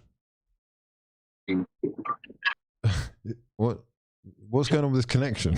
Are you in Guatemala now? Yeah, we're losing him. Carefree Traveller, mate. Mate, it's been fun, but... Oh, are you there? No, he's not there. He's travelling. This is what happens when you're travelling, mate. Reception sucks. Come back to us some other time when you've parked up, Carefree Traveller. I can't hear you properly. I got Brooklyn in the building. Brooklyn in the house. Are you... What's up? Oh, are you from Brooklyn? No, I'm from... I live in Australia. What? So, were you born in Australia? I was born in New Zealand. Oh, you're a massive fraud. God, you're all over the fucking place, aren't you? I'm everywhere. Okay. What team do you support, man? Chelsea. Chelsea. Okay, talk to me. You got to feel pumped and positive after... I don't really understand this Lukaku thing. Oh, okay. We're straight in, coming with the hot takes. I can't get my head around it. Which part of it? This is a smart guy. He speaks 8 different languages, and he still chose to speak stupid after all that. Wow, coming in hot like that. Okay, I see you. Lukaku. He's been one of my favourite players since 2013, and I was so excited when he came back. I don't understand why. Well, he has met his match with Thomas Tuchel, saying you're sitting this one and maybe the next few out. Do you approve of that decision? I guess you do. Yeah, it's very refreshing to see the board also back the manager. That's not something that you get at Chelsea a lot, is it? It's not. Players have had their own way for too long, and it's just that they take the piss. So let me get this straight then, right? Lukaku comes over after basically bending over for Chelsea. This reunion of dreams, how he was always meant to be here. Yeah, I'm home. Yeah. This is the club for me. Does that actually hurt then? Does it hurt? Yeah, it does for me, 100%. Would you not think that maybe if we look at the context, it's 3.5 weeks ago for a start. I mean, I'm not sure what that means, but it was 3.5 weeks ago.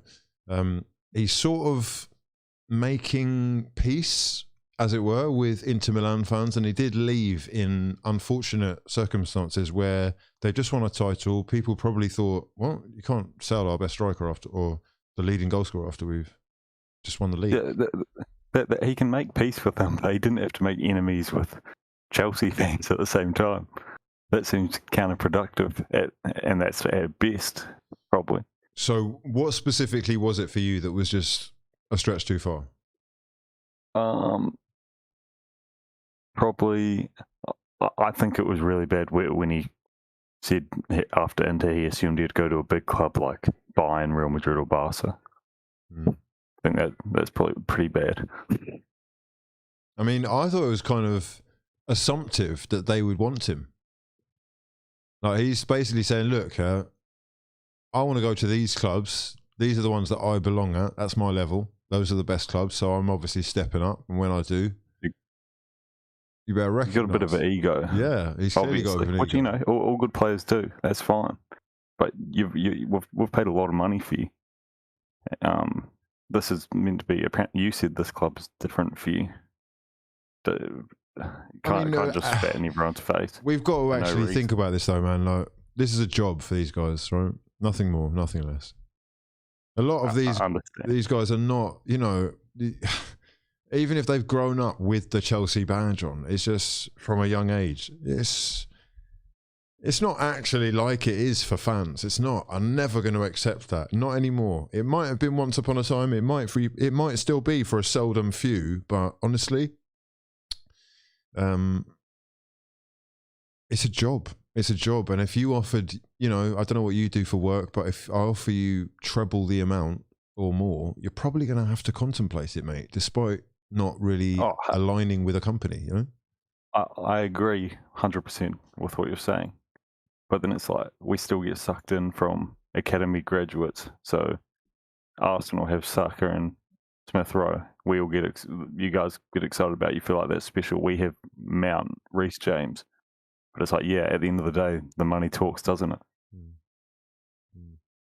I mean, I got a comment here saying Barcelona would spread them to have Lukaku or Lakaka. Oh, obviously, but currently they would.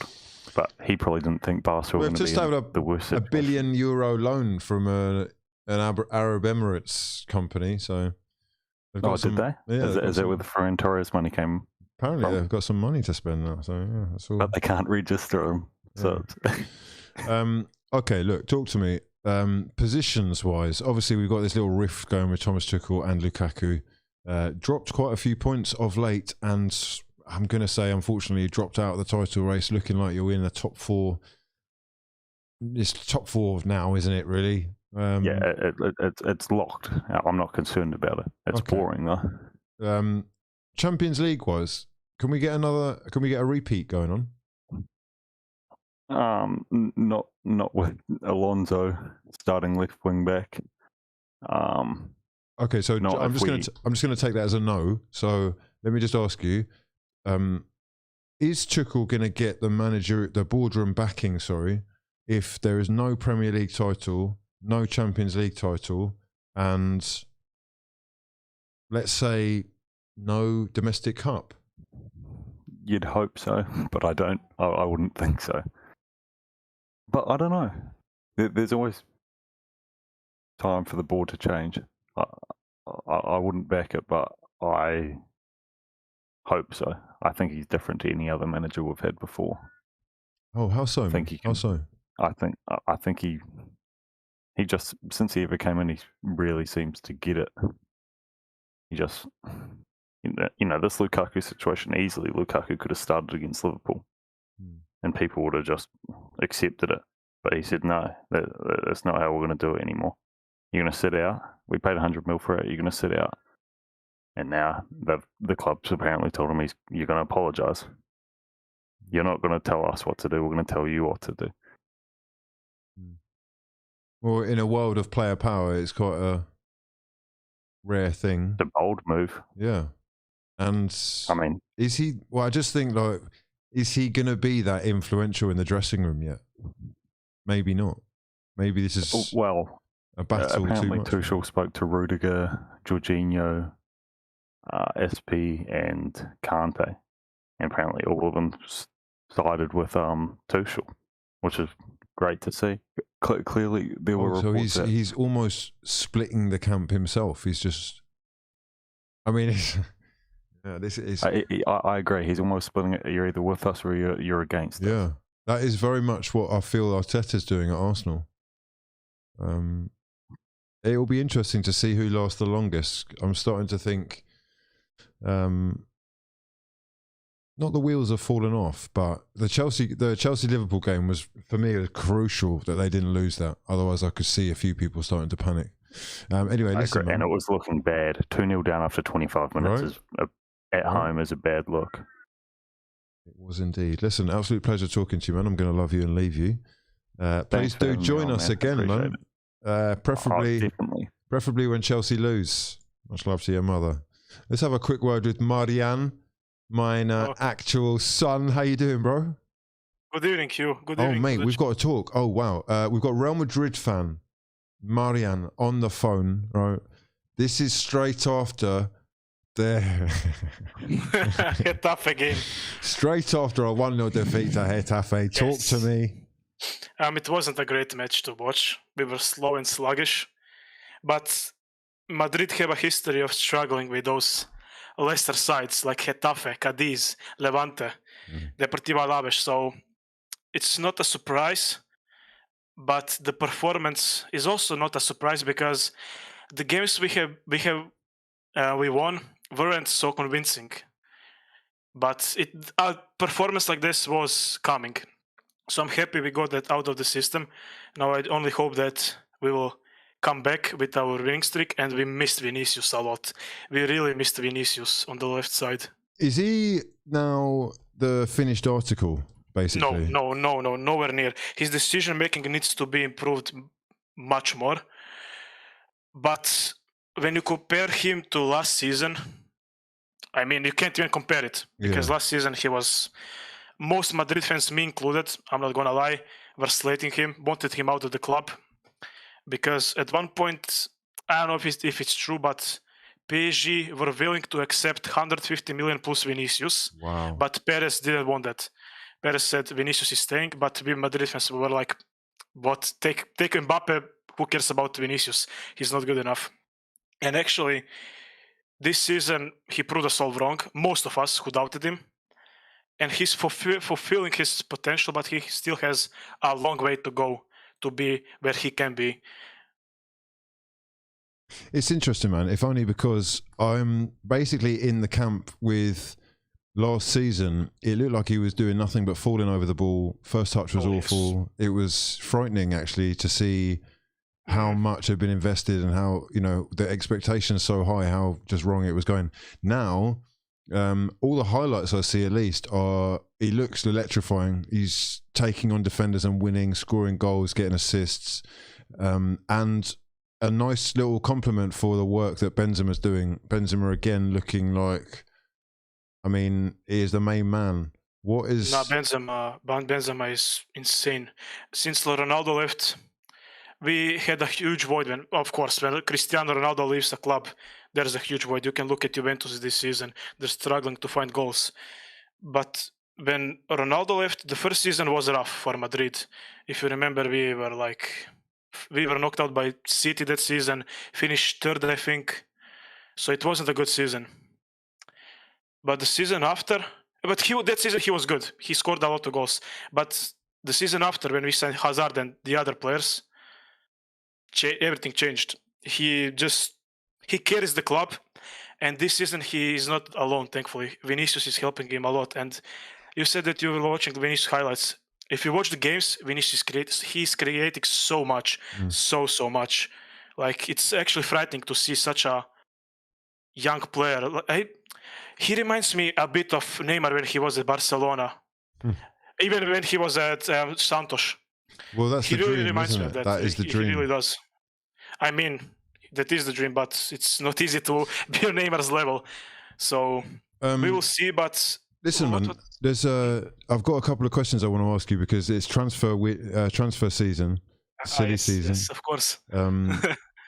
Carvajal's been injured, and there's talk of a new right back coming in. Pedro Porro, I think. Okay. It is. Yeah, in the Discord, I've been saying a lot of times that it's nice to have Haaland and Mbappe and maybe Haaland, but the defense. Yeah. I don't want to see another scenario like the Galacticos where we sign just names and not positions. Because if you remember the Galacticos era, we only signed attackers. But the Madrid wasn't at the best state until we sold Makalele. When we sold Makalele, everything went downhill.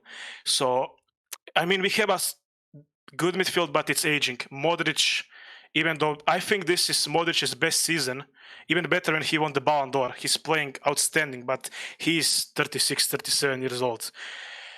Kroos is amazing. Casemiro is though having a bit of a bad season. Tony Kroos's passing stats are they're stupidly good. Stupidly good. Insane. But yeah, the right back spot is actually a big concern because I love Carvajal. He is a Madridista. I love him to bits. He knows he's what a Real Madrid player should be, like Ramos. But the injuries are coming too frequently now. Every 4 games he's out, and we have no one at that position. We have Nacho, Vasquez, who is not doing. He was good for 2 months at the end of the last season. Nacho is not even a right back, but he plays sometimes there. And Valverde only played there during Zidane's tenure, but that was like a year and a half ago, before COVID even hit. Then he played right back. Actually, against Barcelona, he played right back and had an amazing game. So I would want to see Valverde play right back now. But yes, I agree. We need to get in a right back and a center back, because I know that Militao is amazing, but Alaba is concerning me a bit, because it's all good and fun to have a center back that is good at passing long balls, creating chances. But if you're a center back, you need to defend, and I'm not convinced about Alaba's defending yet.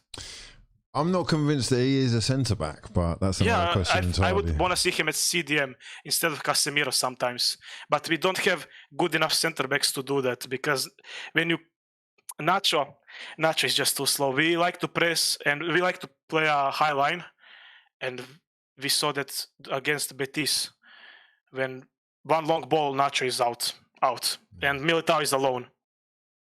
It's actually scary to have Nacho at the back when you play such a high line.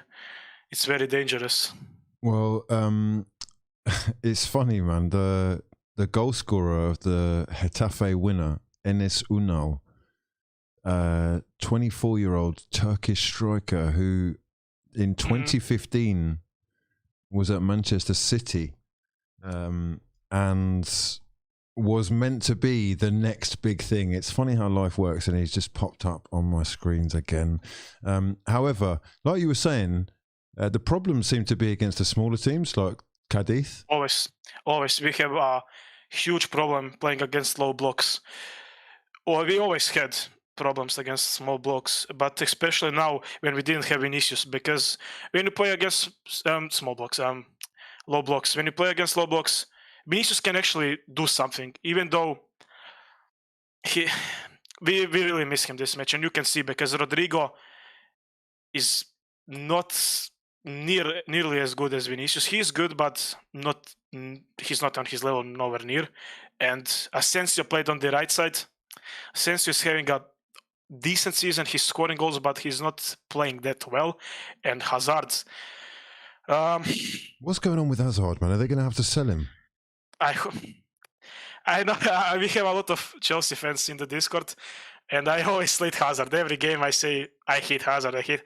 I feel bad for him, but you need to be my perspective. I acknowledge everything. Why do you feel bad? Why do you feel bad?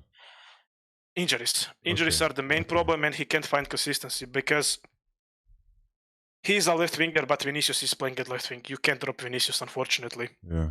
And Vinicius is physically electrifying as well. Oh no, Vinicius is amazing. It's so fun to. It's like I'm watching Ronaldinho, but it's like I'm watching Ronaldinho. It's so much fun. But about Hazard, I acknowledge and appreciate and respect everything he has done for Chelsea, but I'm not a Chelsea fan. I'm a Madrid fan, and I only care what he's doing for Madrid. And he's a waste of money for Madrid. 150 million with bonuses. I'm sorry to all Chelsea fans, but that's the fact. 350k a week wages, and what has he done? 5 goals and 3 league assists. And 40 games in 3 years for Madrid. For a second I was thinking that's this season, but No, in the league. In 3 years. There's no 40 league games, I think. Oh wow. No, it's really bad. That's one of the really, worst. really bad. Oh my god! Wow. That's worse than Coutinho. In my opinion, that's worse than Coutinho. Yeah, that's wild. That's probably the worst transfer of all time. There are people that are gonna think, right, that he has signed this massive deal and, I mean, sort of started partying or holidaying or camping out and just accepted retirement, almost like he knows he himself is a Chelsea legend and wasn't.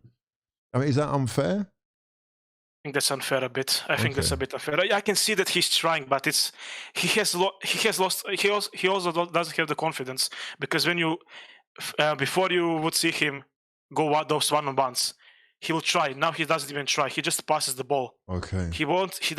And he has lost a lot of pace. So you can't even play him on the wing anymore. So it's really bad. I don't know who's gonna buy him, because he's on, like I said, huge wages, and I think he has still 2 or 3 years on his contract. So that's a big problem. But my God. on the bright side, 3 years left. Wow. Yeah, but on the bright side, we're gonna get rid of Bale, which I'm just gonna say I love Bale. I don't get the disrespect. To be fair, he's getting the disrespect from the media, not from the fans. The true Madridistas love him for what he has done. The Copa del Rey goal against Barcelona, the Champions League finals against Liverpool. You don't forget those things. Yeah. He's a Madrid legend. He is a Madrid legend, even though he took the piss quite a few times, but that was not his fault, because the media criticized him just out of the blue. It's not his fault that he is injured, so I understand his frustration as well.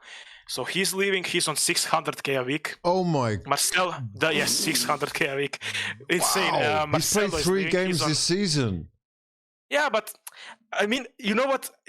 At least I can back him, because he won us a Champions League and a Copa del Rey. Oh no, of course. So, no, he's one of the most glorified. I mean, he's got to be one of the most successful British players of all time, if only for what he's done at Madrid. He's the greatest British export of all time by far. Not close. So that in itself has cemented his legacy. I totally get where you're coming from. He's done his work. I love him. But I love the Bale like always. 600 grand a week, bro. Yeah. It's insane. It's actually insane, but that was Perez's choice. He sold Ronaldo. That was his mistake. He made that mistake, but it is what it is now. What can you do? Marcelo is leaving. Marcelo. Oh man, that guy. I love him so much. This Marcelo, is another icon of the game. Icon. New Roberto Carlos. Definition of a region. New Roberto Carlos. I mean, him and Ronaldo on that left side. Wow. Against Bayern, even though we cheated. When we won 4-2 at the Bernabeu, the 2 offside goals, but we don't talk about that. But no. Listen, man, I've got another one I want to test you on, right? Listen to this. There's a journalist called Romain Molina who has been doing pieces on, expose pieces on footballers who have been sort of stepping out of line, or just the madness that goes on in the world of sport, especially football. He's done a tweet about Ferland Mendy. Mm-hmm. I don't know whether this has made the news in Spain or whether it's... No, not at all. Of course not. He's a Madrid player. It's going to be swept under the carpet. Of course it's going to be. I mean, when you're in such high-profile club like Madrid, that's not the first time it's happening. It's not the last time it's going to happen, because they're protected. They're too much protected. The players are too much protected. Not just the players, but everyone involved in football. Yeah. Everyone is so much protected in this business. It's not anymore a sport. It's a business now, unfortunately. Yeah. But I tend to believe that. I tend to believe that what he said. I mean, it's a crazy sort of allegation to make. You'd have to be very brave to think you could get away with saying something like that. I don't want to stick on it. I just thought I'd see if if things were talked about there. I presume not. No. Of course. I mean, of course.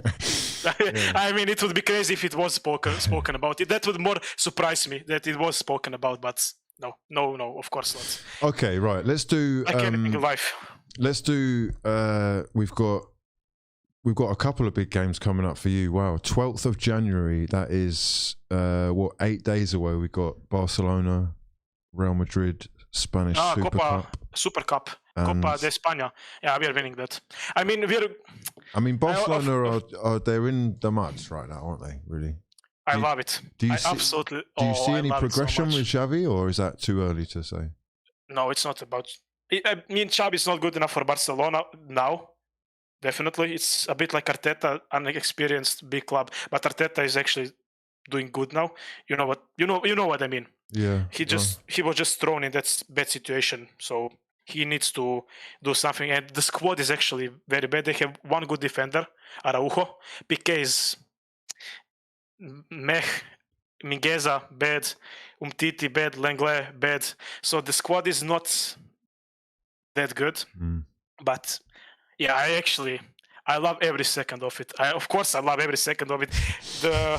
Especially after the Mourinho and Pep rivalry, you actually that made me hate Barcelona even more during the Pep era and Mourinho. That was something special in football. Yeah, I can imagine that was peak at El Clasico. El Clasico. Yeah, you're right. You're right.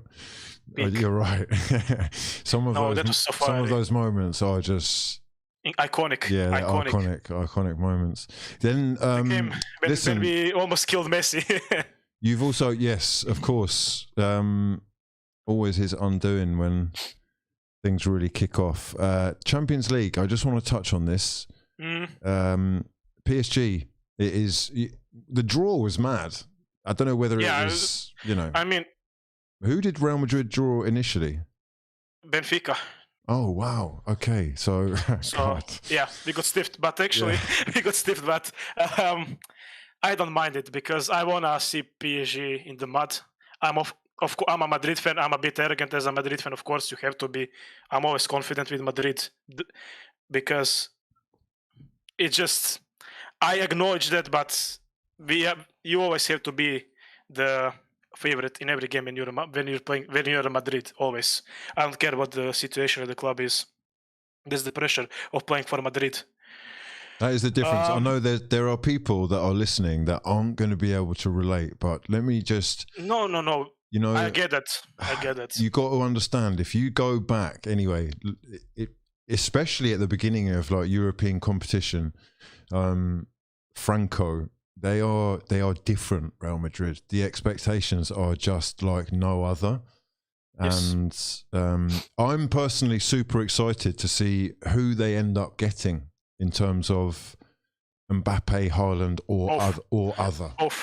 Both. I'm going to tell you right now. You know why I'm going to tell you right now? See what I mean? It's different. We did it so many times. We did it during everyone was saying back in the 2001-2 Figo, impossible. How is that possible? Perez did it. Everyone did. Everyone said it. How are you gonna Beckham? Barcelona, when Laporta was a candidate for the presidency for Barcelona, he said, "I will bring Beckham." What happened? He joined Madrid. The same summer he said that. Now Laporta is saying, "I will bring Haaland." What will happen? He will join Madrid. Oh, it's a big call. It will happen. It will happen. I'm confident. Why? Because we are Madrid. I'm sorry to sound so arrogant. I actually don't like. I don't like it, but you need to be a bit when you're Madrid. I'm Madrid. I'm Madridista. It is our nature to be a bit arrogant, and that could be our downfall as well. So if we lose and don't get Haaland, I will take it on the chin. I will accept the banter because I deserve it. But right now, I will be arrogant. I'm sorry. I'm sorry to everyone listening. Is there any way you see a situation unfold where neither come to the club? No. If that happens, Perez is finished, but it won't happen. Mbappe, today I saw from, let me just check the source. Yeah. It's a huge source. Madridista Real, like pretty much the club news. Okay. Mbappe to Madrid is a fact. That was their title. Okay. So, yes. I mean, this is his childhood dream. This is the poster he's had on his wall since he's been X amount. You know, you can't buy dreams. You can't buy dreams. You can't. No, there isn't the money in the world, especially when you are rich like Mbappe. you don't care about 10 million more a year when you're earning already 30 million. You don't care about that. You want to fulfill your dream. You want to be in the history books of the sport. I think like Ronaldo, he wants to be the best. Yeah, that's it. He wants. And that's the only problem I see with him and Haaland. I don't know how he's going to take that. Because a lot of people are saying that he didn't like when Messi joined PSG. Because it would take the spotlight from him. But this season, he is in the spotlight. Mbappe is carrying them so much. Yeah, he's carrying them, today. Right? It's unbelievable, man. Honestly, I sort of expected a drop-off from Messi. It's a team that's not built around him specifically. They got to get used to him. They've got lots of other big stars and players who can take the weight from him as well. But Mbappe, honestly, man, it is unbelievable the way he carries them. And I guess frightening for all European clubs looking forward, especially if they can get Haaland. Of course, we will dominate Europe once more, like we did 5 years ago, like we did in the early 2000s, like we did in the 50s. We will dominate Europe once again. And look at this political broadcast from the Madridistas. I mean, of course, I'm gonna say that. What do you expect me to say? Especially when you have such big calibers of players. I can't be here. Oh, maybe we will win it. No, I will say we will win it. We will win the Champions League if we get both. We will win the Champions League many more times in this decade. Many more times if we get both. Even if we don't get both, we will win it many more times. And I expect us to win it many more times this decade. I expect it. Okay, I got one last question before I let you go. Right? Yes. Not that long ago, the footballing world was completely rocked by the news that certain clubs were looking to break away and create a Super League. With Florentino Perez being so instrumental in those plans, is there still talk of this in the Madrid land, the Madrid world? Of course it is, man. It's Perez's plan, of course, is going to be the talk. But listen, what I'm going to say is going to be a bit of controversial. I mean, that the first part is not controversial. The Super League is inevitable. That's, I think, obvious to anyone who follows a bit more deeply this football-related stuff. It's inevitable. The leagues, the clubs haven't actually exited the Super League yet, and they won't. Because they signed a contract. I don't think some people realise that, man. That the clubs are actually legally they realize, but they don't want to acknowledge it. But they realize it. You know what I mean? They know they're like denying a bit that, but they know it's true. They just don't want to believe it. Most of them, at least. Unfortunately, but yeah, that's gonna happen. Is there? Do you get like? Are you seeing the vision? Like he's obviously trying to sell the dream, but do you believe that there's something there? Personally, I only want it because I want to see UEFA in the mud. That's the only reason I want it. Honestly, I'm not gonna lie to you guys here. I want to see it because I hate UEFA. I really despise UEFA because there's really two-sided. They talk the talk, but they don't walk the walk. You know what I mean? Snakes, basically snakes. And I don't know if you have seen the proposed new Champions League format with in 2024, expanding the team and having some teams that haven't finished in the top 4 based on European pedigree being in the Champions League. It's basic. So what's the difference between that and the Super League? It's the same thing, but only because Perez hasn't said it, it's okay. For the rest of the world, Perez hasn't said it, it's okay then. So you need to be consistent judging it because it's. I'm not gonna swear on the stream, but it's the same stuff. No, same stuff, different packaging. Honestly, you know, my immediate response to it was, wow, this can't happen and it should be quashed. The second thing, once I look with more kind of analytical head, is what is the alternative? And what we're being sold is, like you say, very similar. And also, we know not to trust. Already, we've been sold down the river by these people plenty of times, and clubs are being taken advantage of in terms of, you know, all sorts. I do think it's going to be something that rears its head quite soon because, like you say, they're all tied in legally, and it's all fine and dandy whilst everyone's getting, you know, treated properly and seems to be happy. But once people start getting knocked out of competitions and whatnot, we'll see. Apparently this summer, some outlets were saying already, after the court case is going to be announced, that it's going to happen after this summer. So before the World Cup. Right. Changes afoot in life in general, which is also a piss take, the World Cup in Qatar. So UEFA and FIFA, I don't need to talk about them. Everyone knows, who makes a bit of research, everyone knows what those guys are about. Indeed, they do. Marian, an absolute pleasure talking to you as per usual. Look forward to you. Thank you very much. Coming on the stream every time. Drop some love in the chat. I'm going to love you and leave you now. I'm going to call it a night. We've been on for quite a while. Always a pleasure talking to you guys. Marian, I'll catch you in the next one. We have got Paper Talk tomorrow morning, right? Bright and early. But for those who want a bit more of your fraud father, yeah, we're going twitching tonight, lads. We're going twitching, yeah.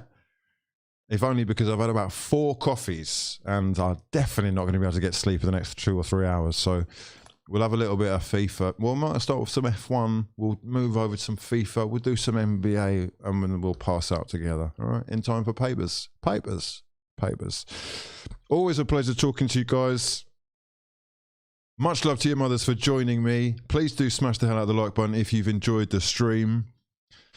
If you're new to the channel, please subscribe. Turn those bell notifications on as well so you never miss an upload from your boy. My jaw is actually hurting from talking so much, so I've got to give it a rest for a minute. As I say, always a pleasure. Much love to your mothers for joining me. I'll catch you in the next one. Make sure you're following me on Instagram.com/fraudulencia and also Instagram.com/HughWizzy, where we are dropping the goodness on a daily basis. Baby, please. Hope you enjoyed. Catch you in the next one. For now, though, I've been HughWizzy, and this has been a lot of fun. Peace.